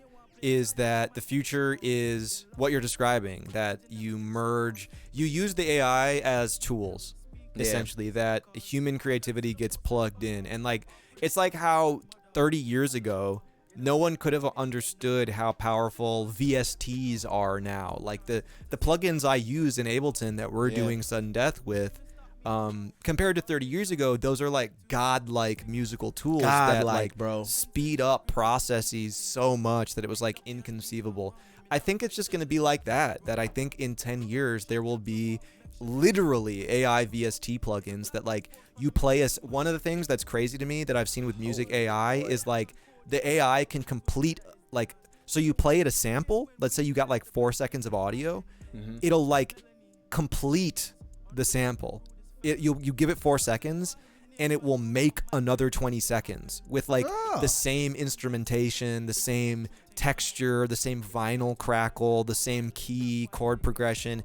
It'll like freestyle more music, you know? Right. That sort of shit is going to be used, I think, by individuals, you know, just like as a fucking plugin, things like that to accentuate the creative process, you know? Man, I am not crazy, and I'm very fucking like pessimistic too. If you are a writer of music, get an AI right now and start like learning how to work it and learning how to cooperate with it and write with it, because I swear to you, because I think about what you were saying about like production tools, man.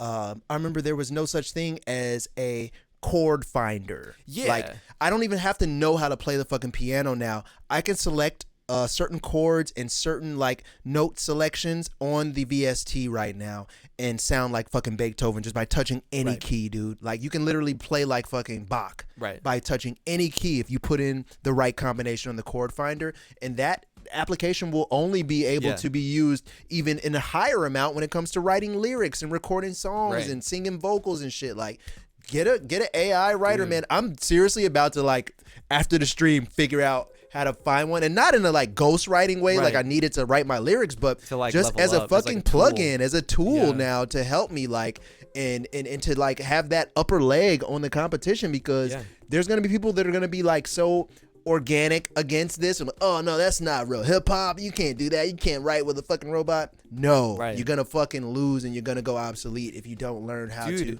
incorporate these tools into your workflow. Uzi said this some metaverse / advertising shit, all real people not gonna enjoy that type of shit. Dude, the thing is, they don't even know. They will not know. Y'all won't fucking know. That's the crazy part. It's like this. You won't even know. The AI images are so good now that if they're not sufficiently high resolution, you literally cannot tell that it was generated by an AI. The songwriting shit, like, dude, you've seen me make beats on stream. I guarantee you that I could play you half AI generated beats, half human generated beats, and you would have no idea what the difference is, man. Like, I swear, y'all, you guys can can trust us on this. Like we lied to you a lot about a lot of things all the time, but not this. You guys cannot tell the difference, man. You can't tell the difference between AI created beats or I think AI created lyrics. You won't be able to tell the difference, man. The average consumer just cannot fathom what is going on behind the scenes in a studio like this, y'all. And it's probably already been happening, to be honest. And they're just not saying that shit because I remember if you guys seen the T-Pain documentary when he was talking about how he discovered auto-tune for the first time and shit. They were telling him not to say shit about that. They were like, don't say anything. Yeah. This tool is underground and hidden, and the common man does not need to know about this. Let's use this and run amok for a while before they find out. And we didn't know. As a society, auto-tune has been out since the 90s, guys, and we didn't know. Because we couldn't tell because we're just the layman. We're just regular people. It was just called pitch correction at the time. It was just pitch correction. Auto-tune has been out since the 90s, and we didn't know that it was auto-tune until later in the 2000s. So if you think that they won't be able to pull that same type of maneuver again with these AI-created lyrics and AI-created beats, then you're sadly mistaken. And we're beating a dead horse here, but I've seen some research on this. Sonic Boom says AI can't do that Dilla style.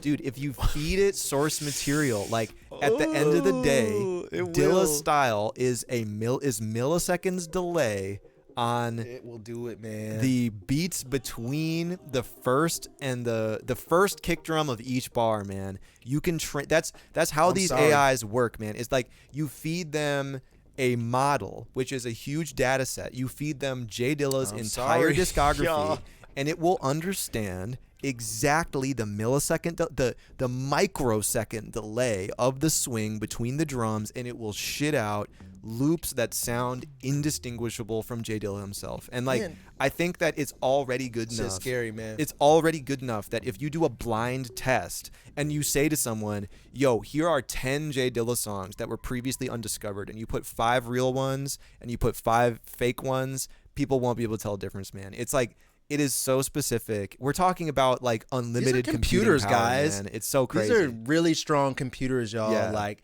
you can't, and you got to think too. The people that were creating these sounds and these sequences were creating them on computers. Yeah. So there's no way of escaping that. If they created it on a computer-based platform or program, the computer is going to know how to recreate that and trump that easily. Or at least recreate it, you know? Yeah, or at least recreate it, but like, man, because like, Dilla style was created on computer-based programming, and they will know how to copy that. Yeah, dude, so I just read, I mentioned it on the stream several times now. I read the new book about J Dilla's life, Dilla Time, and great book, by the way, man. Some of the portions of the book are about the actual like technical breakdown of how Dilla makes his beats, like mathematically, essentially, like where his drums fall on certain beats to create the lazy swing time feeling that some of his shit has. And like academics and intellectuals break this shit down. And like it's he made his shit on MPCs. He made his shit on music hardware, on machines that are quantifiable, you know, with grids that are small enough to be understood by other machines. It's like the human touch is what makes it sound crazy, but the human touch can be replicated by a powerful enough computer, you know. So anyway, like, yo, we're beating a dead horse on this. Fucking scary future, but I got a little bit more of a calming down article coming out of this, but it does still have a conversation related to it that I want to discuss. It is a little bit more fucked up, a little bit more funny. Check this out, everyone. Tony the Tiger and his milk-cooled PC come to Twitch. That's right. Milk-cooled PC. Tony the Tiger is a fucking VTuber on Twitch.tv now, which means we finally have to have the fucking VTuber discussion, man. All right, can I get a 1 in the chat if you've never, if you don't know what a VTuber is? 1, please. If you've either never heard that word or you have heard the word, because I don't think everybody is familiar with a VTuber. Yeah. You know, it's still kind of a niche concept that the average person, I don't think, knows about. That's a lot of ones. That's more ones than I expected. Yeah. Okay, so I'm not exactly sure of the history of VTubing. I should honestly probably look this up. But a VTuber is essentially a 2D or 3D avatar that replaces the human streamer on stream. Most commonly, currently, at this stage of VTubing, it's anime girls. And I'm not like doing a bit, like straight up. I can actually probably That's go the to culture of it right now. I can go to Twitch right now And there's VTubing is fucking huge, guys. This is going to be something you all are going to start hearing about much over the next year.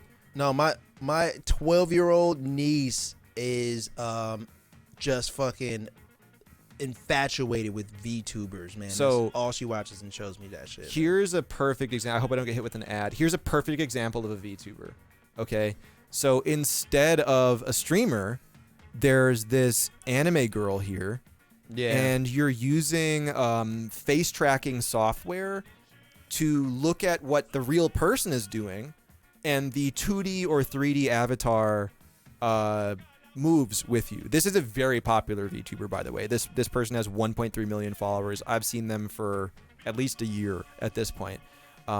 This is a very high-end VTube model, by the way. You see how there's depth to the image, and when she turns her head, it like actually moves and stuff like that. Yeah. This it allows is you to be in the room with your favorite characters at this point, man. So this is a real person that is controlling this. Usually there is a real person sitting at the keyboard and mouse doing these motions in real life, except the motions are being tracked by a camera that move the avatar, right? So that's what a VTuber is. And this is a huge industry, guys, mostly in Asia. It's really, really huge in Asia, in Japan, but it's starting to get a big foothold in the US. And this blew my mind, the fucking Frosted Flakes shit, because it signals that brands are starting to understand how popular brands. This is becoming. And dude, like, this involuntarily turned into a whole episode about kind of the future of digital content creators, I think. But this is one and the same with the Lil Miquela shit, in my mind, dude. Yeah. I would not be surprised at all if Lil Miquela becomes a streamer using this technology, doing this shit. She should have been, honestly, already. Mm-hmm. I'm surprised that she hasn't, man. And I'm sure a lot of big corporations will start to turn their mascots and their lead figures into, these virtual avatars that they can use to sell more shit. Because that's the bottom line, man. If you can hang out with Tony the Tiger on Twitch and play a little Grand Theft Auto and have him pick up some hookers or something and drink a glass of warm milk out of his PC, you would do that, man. Dude. And they would honestly like you to do that so you can buy more Frosted Flakes. And I think that that's the end-all, be-all with this stuff, is that huge corporations see the value in being able to find a new way of pushing their product on more people in a connectable way. Right. And dude, I think like this still falls into the uncanny valley of why brands fail on platforms like Twitch, because it's not authentic, but it is more interesting and a bit more diabolical. Like, it has more hooks into the culture than just having a guy in a Tony the Tiger suit come on Twitch, and like play GTA or whatever the fuck. Like, I do think it's what you're describing. It's like a sophisticated advancing of how brands are advertising to niches, because that's what this shit still is. Like, VTubing is still a niche. There was a lot of ones in the chat, a lot of people who had never heard of this. Mark my words, everyone.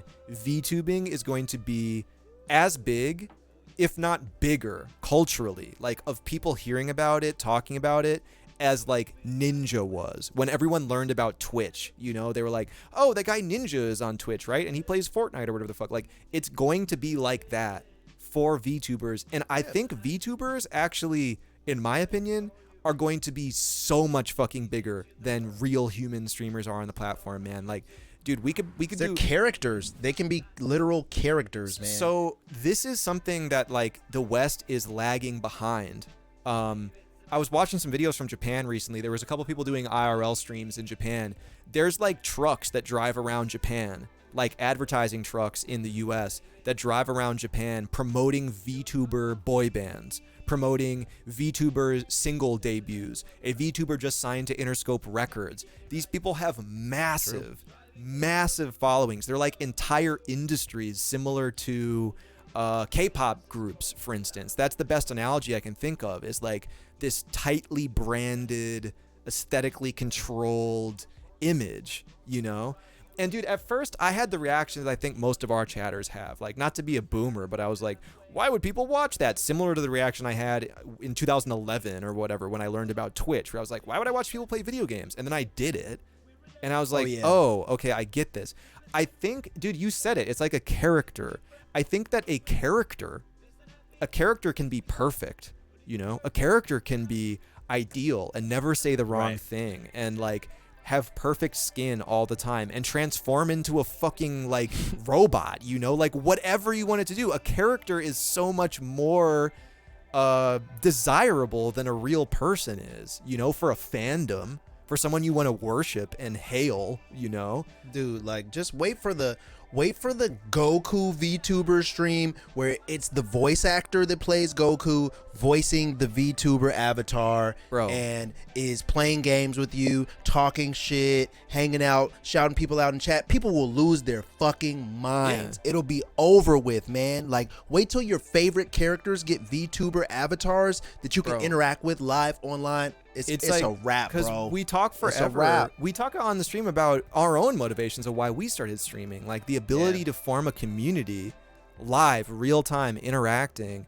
It's so much better than just posting on IG or having like branded, sponsored content, whatever the 100%. fuck. So if you can like show up and man, like I could talk for hours about this shit. I gotta stay metered here, but like think about the levels of interactivity that can happen, right? Like there's a couple VTubers I follow for my own research to understand what's going on in that industry. Channel points can change their outfits. Gifted subs can, you know, many of you probably know Code Miko. She's technically a VTuber. She's like kind of in this crossover zone. If you gift subs, she makes funny things happen. Like her boobs get bigger or her hair goes crazy, like all sorts of things that you can't do in real life that suddenly are interactive and are available and are like real time connected when it becomes a virtual avatar, you know? Like, I think that this shit is like a sleeping giant in the West. And I think that you all are going to start hearing about You're right, man. VTubing, and VTubers are going to become huge stars like Hatsune Miku in Japan, who I think you could argue is the first VTuber ever. I think you're right, man. An international superstar that is not a real person. I think that's going to start hitting the West, and I think it's going to be a huge fucking phenomenon on Twitch.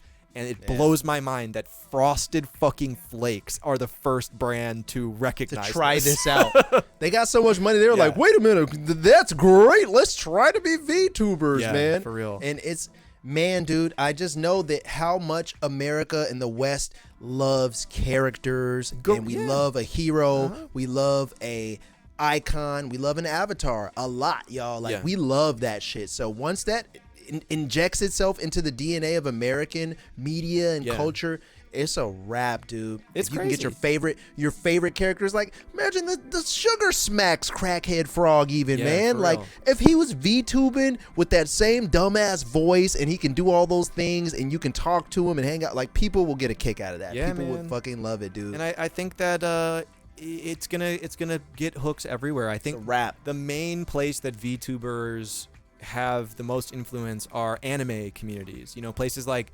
VR chat is where there's a lot of VTubers that are styled after kind of the anime look and feel, that are either 2D or 3D anime characters.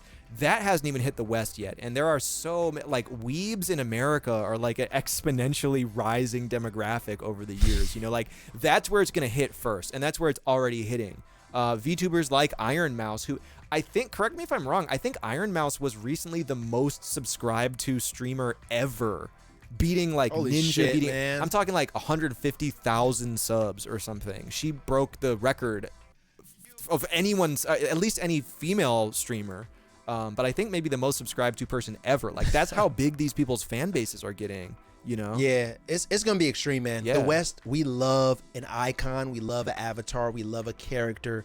Once this kind of breaks ground over here, it'll be a landslide, man. Dude. It'll be really, really big. And like, yo, big. I'm not gonna lie, chat. Can I share something with you? I've toyed with the idea of anonymously VTubing, not in the super like anime weeb sense. I do like anime, but not that much. There's gonna be other kinds of VTubing, and by VTubing, like, just think about that as like essentially puppeteering an avatar with your real body, you know, where no one ever sees you and you can just move around and control like a virtual puppet, more or less. I think that once people start to realize that's something you can do, and like you're saying, you can like be a character, it's gonna blow up, man. And I think it's so interesting to be anonymous and to have no one see you and to be able to entertain. You know, I think give that, them the character, Yeah, man. man. Like the problem with Yeah. entertainment sometimes is the actual people, man. It's like, goddamn, I love this entertainer, but they did Yeah. this, and For that, real. and they're fucked up and they're crazy Yeah. and they say weird shit, and I don't like them. But with a Tony the Tiger avatar, like this is a professional that comes in every day to be Tony the Tiger and interact with you in that way. Yeah. And there's no like external exchange you have to have with his personal beliefs and all this shit. For real. And honestly, I think the way that the internet is going, like that will be not only the safer route, but the more profitable route, Yeah. man. Because humans are fucking, there's so many flaws and so much like real life shit that comes with hiring a human to do a thing, that if you can hire an avatar to do the same thing Yeah. in that character, it would be the probably the better bet. Miss Riss says, I'm going to anonymously VTube on OnlyFans. You better believe there are VTuber sex workers that can do... Now that I haven't Bro, thought of. like, That's crazy. tell me- That might make a lot of money. Tell me, like, imagine all of the insane and out there and interesting fetishes people have that are able to be done by the human body. Then imagine everything that is physically impossible that you could only do if you were an avatar, and how many people that might appeal Wow. to, you know? Holy shit. Yeah, I guess if you were like someone's favorite VTuber sexy anime character or something, Yep. and you wanted to take that to OnlyFans, yeah. Yep. Oh wow, it's a wrap. Dude, You and can like, make a lot of money. There's there. and then there's people who are hybrids. I just got someone Oh, shit. retweeted onto my fucking burner Twitter account that follows like 3,000 people that they do a hybrid VTuber IRL cam show where Yeah. like they're using like in real life they have like crazy like it was something that went like super viral because they had like robotic like dildo machines and shit that they're using in real life, but they're Right. not showing their real body being affected by that. They're showing a The motion avatar. tracked avatar being Oh! affected by it. Straight up, Whoa, dude. Like shit. this shit is the next thing. The sex bro. work, the sex work of Yes. VTubers. Oh man, that's going to be a huge industry. That's going to be a very, very, very big industry man. right there. And like man. it's fascinating to me, bro. Like we're Wow, imagine fucking Marge Simpson or something, man. A Marge Simpson VTuber or something. Yeah. She's got the voice Dude. and the avatar, and you can just, oh man, dude, it's a wrap. like That sounds interesting. man. I'm working with some people on the next version of the Mystery School stream. I can't talk about it yet. I hope Beer 30 says confused boner. Yo, Man, definitely. I hope we'll be able to talk about them eventually once we get something out of the NDA phase, but they've shown me a lot about the future of VTubing and how huge it is behind the scenes, and they really opened up my eyes to this sort of shit. And like, yo, this ended up being kind of like a VTubing stream, but keep your eyes peeled, chat. Like, swear to God, I would like you guys to. you're gonna start seeing this shit as like a legitimate thing, because currently it's very niche. Currently it's only for like weebs on Twitch or whatever you want to call them, which I think it's the potential of VTubing is way bigger than that, and you're gonna start to see that. So we'll be following up on this, man, because somehow we've avoided a VTuber discussion until now. Not like I have no beef with VTubing. I genuinely think it's cool. I think it's an interesting application of I've this never shit. had a problem Nothing with but respect for VTubers, but I didn't know exactly how to bring it up or talk about it, but I think it's time, man. I think we've crossed a threshold where you're gonna start seeing so many more VTubers.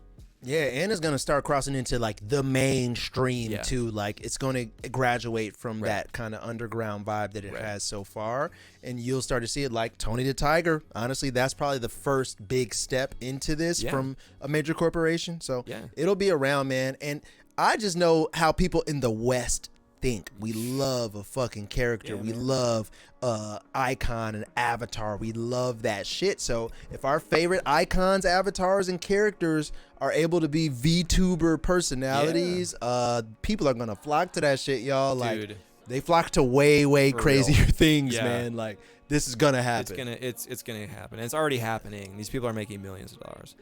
You got room? You think we have room for one more discussion that's similar but Yeah, we got no different? sudden death, man. I think we kind of free to do whatever the fuck we want. You guys tonight, are man. stuck with whatever we're We got talking about. No today. sudden death. We can Yo, do whatever we want. Thick podcast episode today. We really got in the weeds on some of this shit, man. I was thinking about this all day.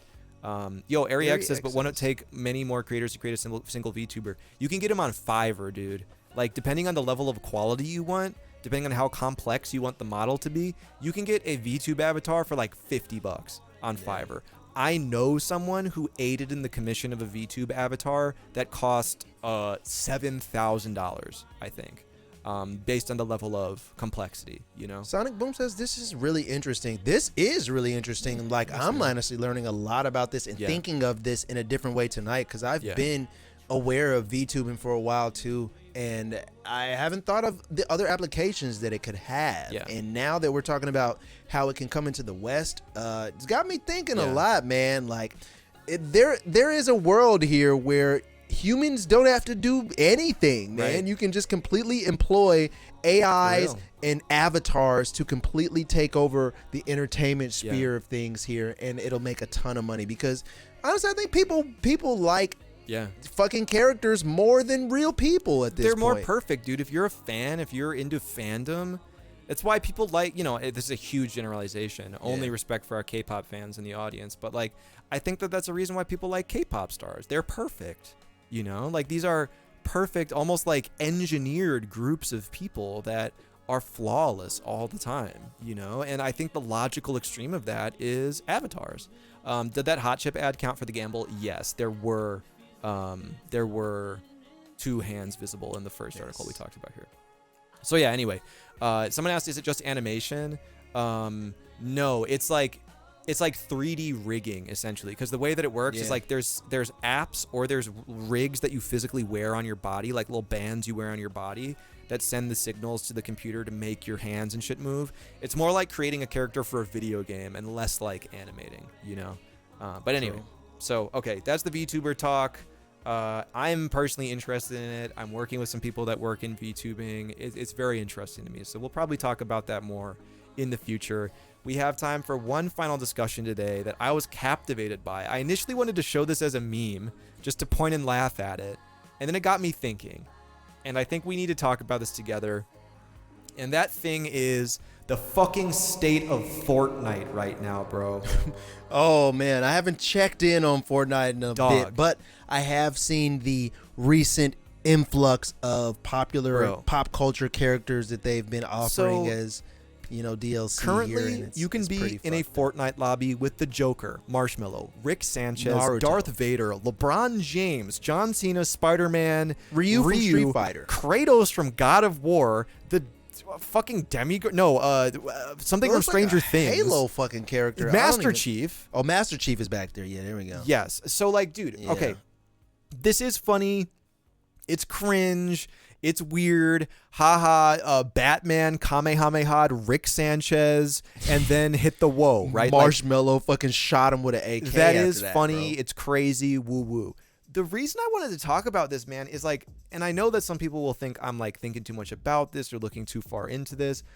I really do think that this image right here, the state of modern Fortnite, really says it's a perfect visual metaphor for culture in the West right now, man. You nailed it. Like, you nailed it, buddy. And I think that it's disgusting and void of originality and serves only to make money by wringing the maximum amount of profit out of whatever idea that anyone comes up with. Like, is it fun? Is it novel? Can you enjoy this? Yes, absolutely. The same way you can enjoy a Marvel movie.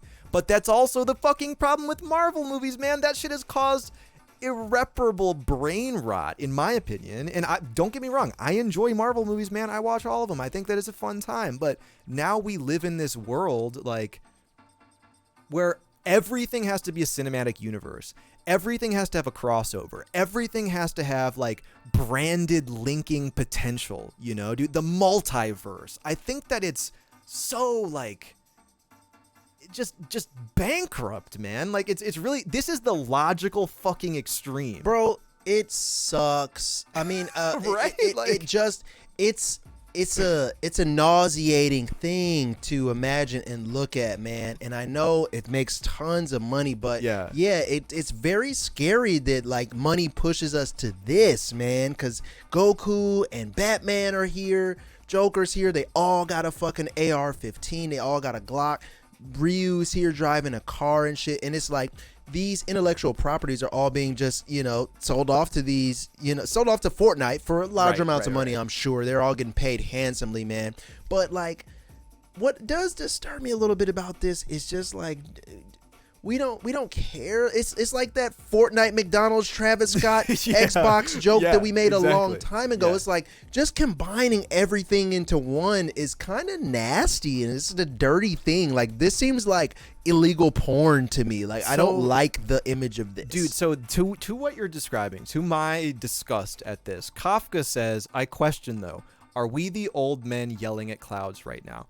So whenever I have a strong reaction to media, whenever we talk about shit like this on the stream, I always try my best to stop and check myself and my bias. And I know the wheel turns, and like every generation, there's going to be new shit. I'm honest with that shit as well, and man. I'm honest with that shit. Like, I'm like, hey, man, new shit's happening. Right. Kids are into different things. Doesn't got shit to do with me. That's fine. That's cool. Like, I have no issue with that. But yeah, dude, something about this is a bit more advanced. I think that you and I are the types of people that pride ourselves on being generally open-minded, and like you all have heard me defend the merit of all sorts of weird, sus, modern shit that like plenty of people hate, and so like, yes, there is a risk of that, right? Like, I think about when we're kids and you're playing with action figures and you make the fucking Red Power Ranger fight Goku or whatever.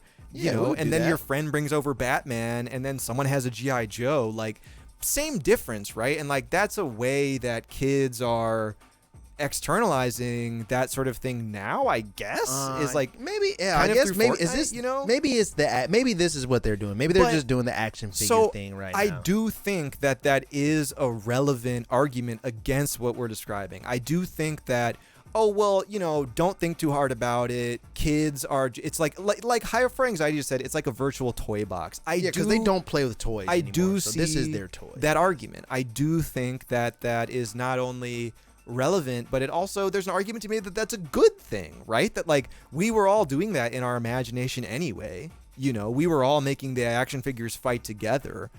But the thing that I can't get over here, and I'm not sure exactly what it is, the thing that this made me think about is like, do we lose something when all boundaries between all intellectual property are dissolved and every story is in the same multiverse, and like every character canonically fought every other character? Like, I think, yes, I can't explain to you what that is.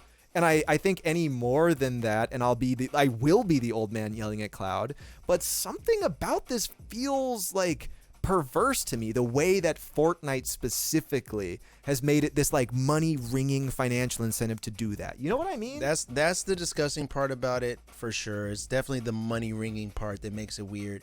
But the part that is really like, the part that's really standing out to me now is that like, we really have to sit and allow and wait for all of the characters that we could ever imagine to coalesce into this one random gunslinging microwave popcorn Snicker bar Taco Bell 2 a.m. world. It's like, it's not done in a very efficient way is what the problem seems to be here, man.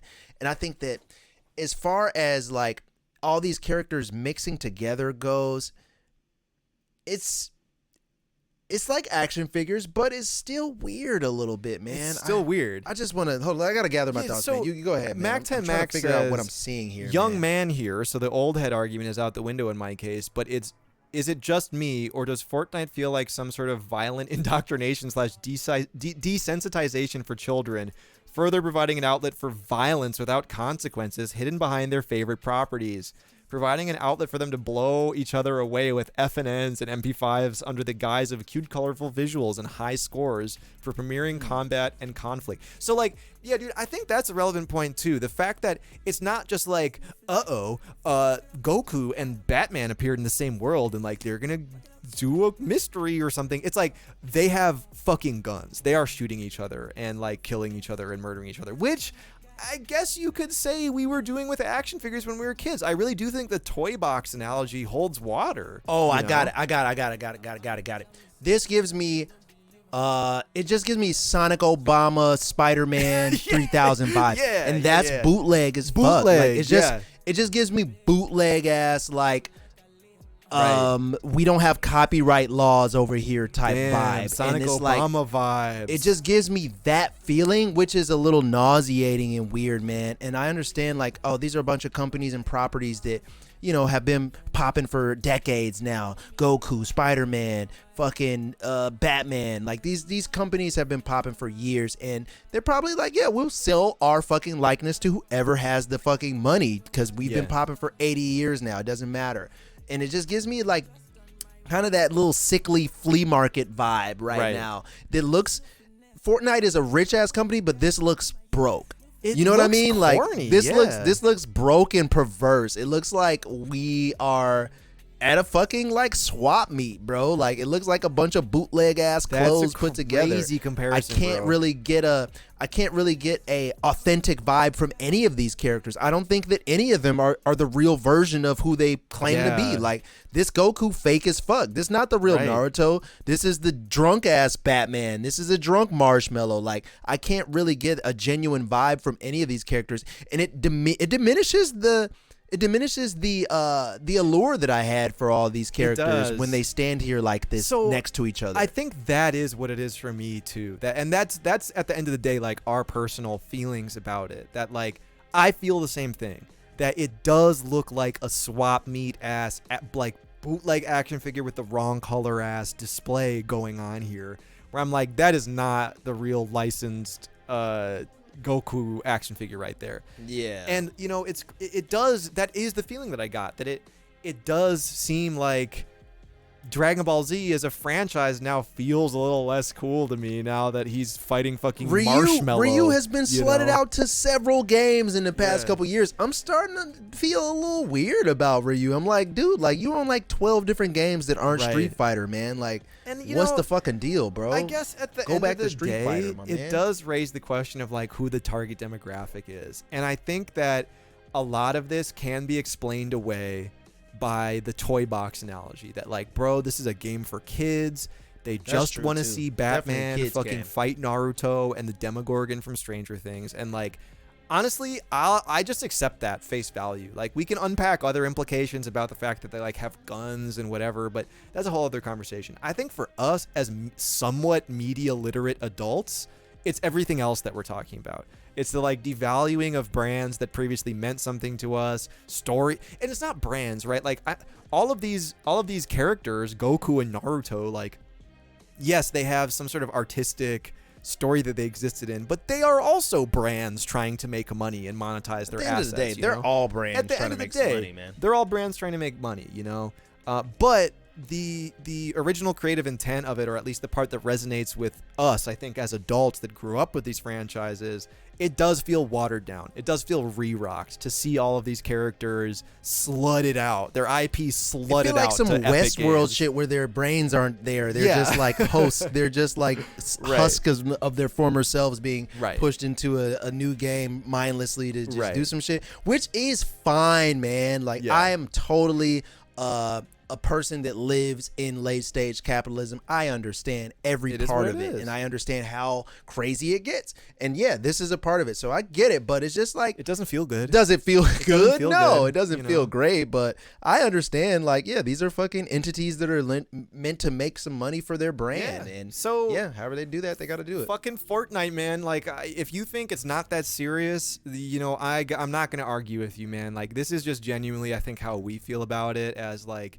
adults at this point that have seen these franchises and watched a new meta emerge. I think of like now a brand seems like a story is only cool if it can be kind of fit in with a bunch of like the multiverse. You know, what if this character can fight Goku or something? Like that seems to be a new thing. Shit. You know? I think that we as children, we created this though, because that's the shit we used to do. And you think that adults that were running the toy industry and running the video game industry weren't listening to their kids back then. Like, kids were always like, I wish I could have Spider-Man fight fucking Hulk Hogan. Yeah. Blah, blah, blah. I think that adults heard us. Like, we used to do that shit as kids. Right. And I think that this is all literally our fault. It might be, dude. We created this because I know I used to be like, man, I used to draw Sonic and Knuckles on Pokemon cards Hell and shit. yeah. Like, I wish I had a Sonic Pokemon Hell that was yeah. cool and all this shit. Like, we created this shit, so it's fault, our man. fault, man. I don't think anybody else is to blame. Dumbo Genesis, dude. Thank you It's for those our 3 fault. gifts, man.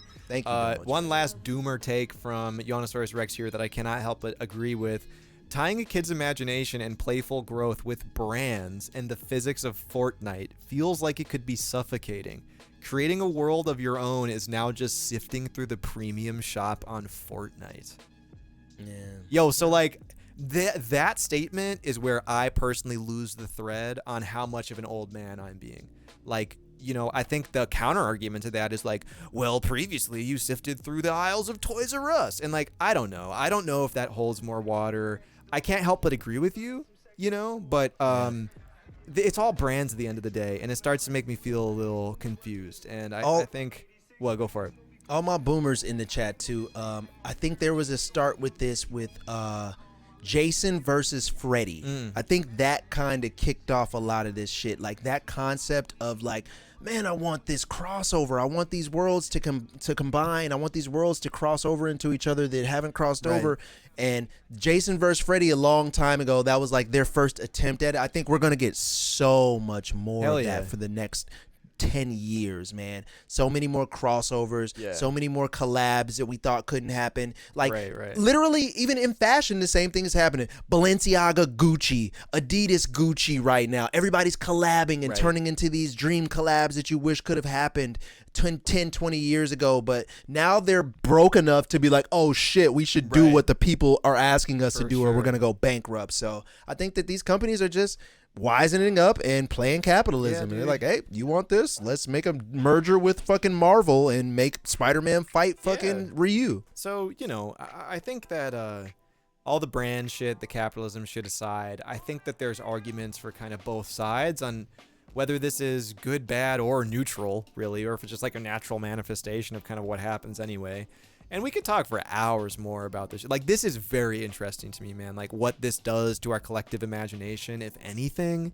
If this is a manifestation of our collective imagination, like you said, that, like, this is effectively our fault because we were asking for this as kids. It's our fault. You know, I just think it's really interesting. And what started as me laughing at how fucking stupid Fortnite looks now ended with me sitting there for a couple minutes and thinking about what the implications are of this that we're talking about on the stream now. So, you know, I'm just scared of being I'm scared of just being the boomer yelling at the cloud, man, and be like, oh, they shouldn't do it. I totally understand like the toy box theory. That was a very good analogy. That was a great analogy, man. Yeah. Great analogy for that helped me to like wrap my mind around what was going on with all the Fortnite copyright infringement and shit that they're doing here. And I think that that reigns true for the most part here. And I think that if we can just find a way to understand what this is, we can defend ourselves against it if it becomes dangerous. You know, we need to see why they're doing this in the first place. All right, well, chat, moral of the story: Harry Potter, Sonic, Obama, Fortnite, Batman, John Cena, Travis Scott, McDonald's, Air Nike, Jordan, Air Jordan, Sony, Yeezy, Guy Fieri, Marvel as well. Yes, all that in one fucking video game is coming soon to you. That's the moral of the story. You know? We created this as children in our imaginations. We played with the toys. I remember having like Barbie dolls fight WWF characters and shit. So we kind of created this monster here. Now we got to deal with it, y'all. All right, chat.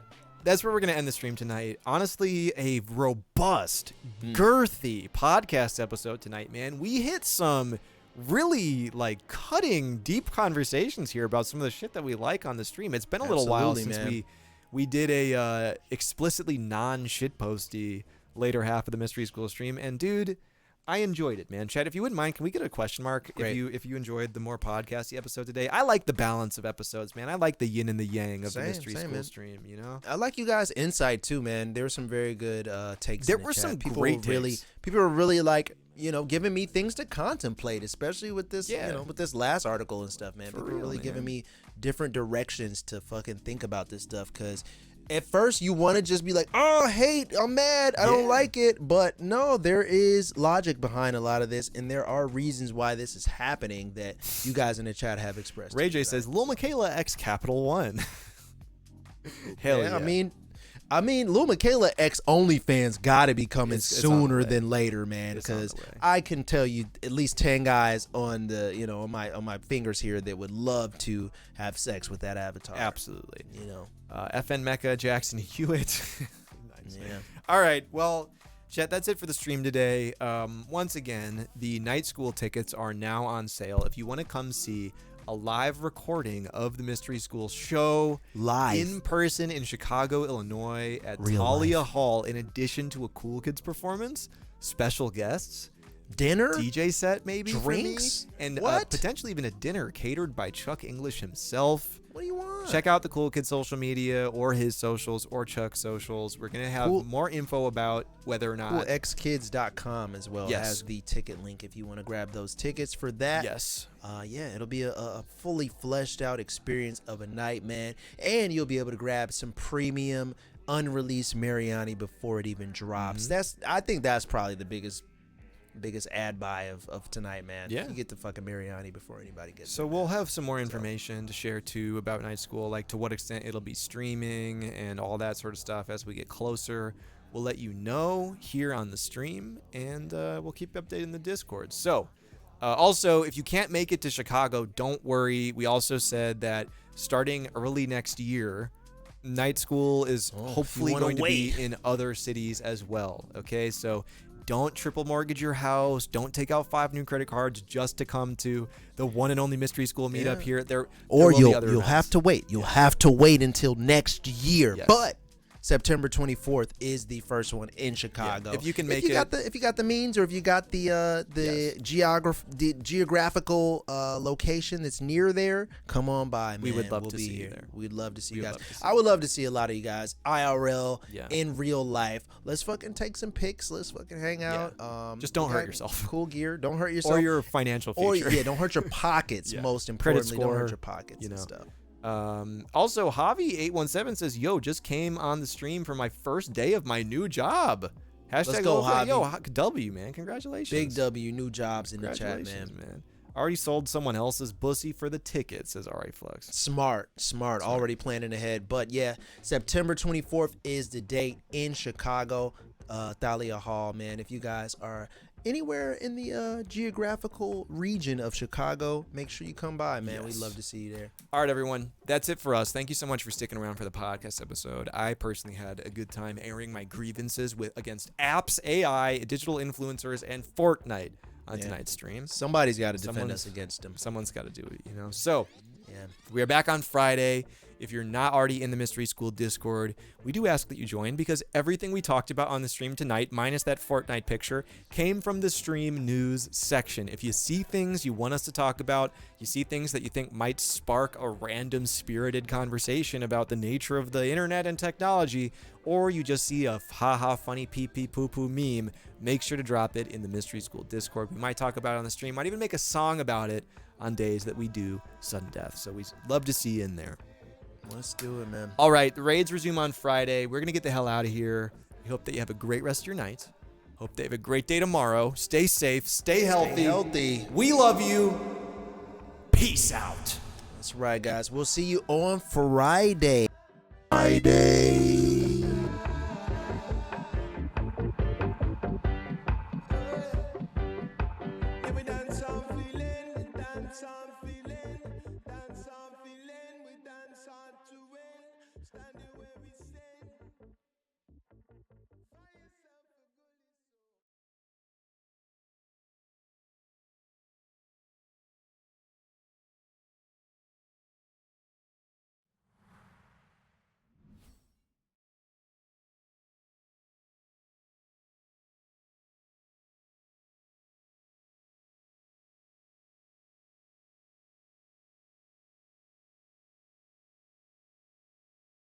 Yo, get out of here. I left the stream on accident. Leave. Don't do that. It's over.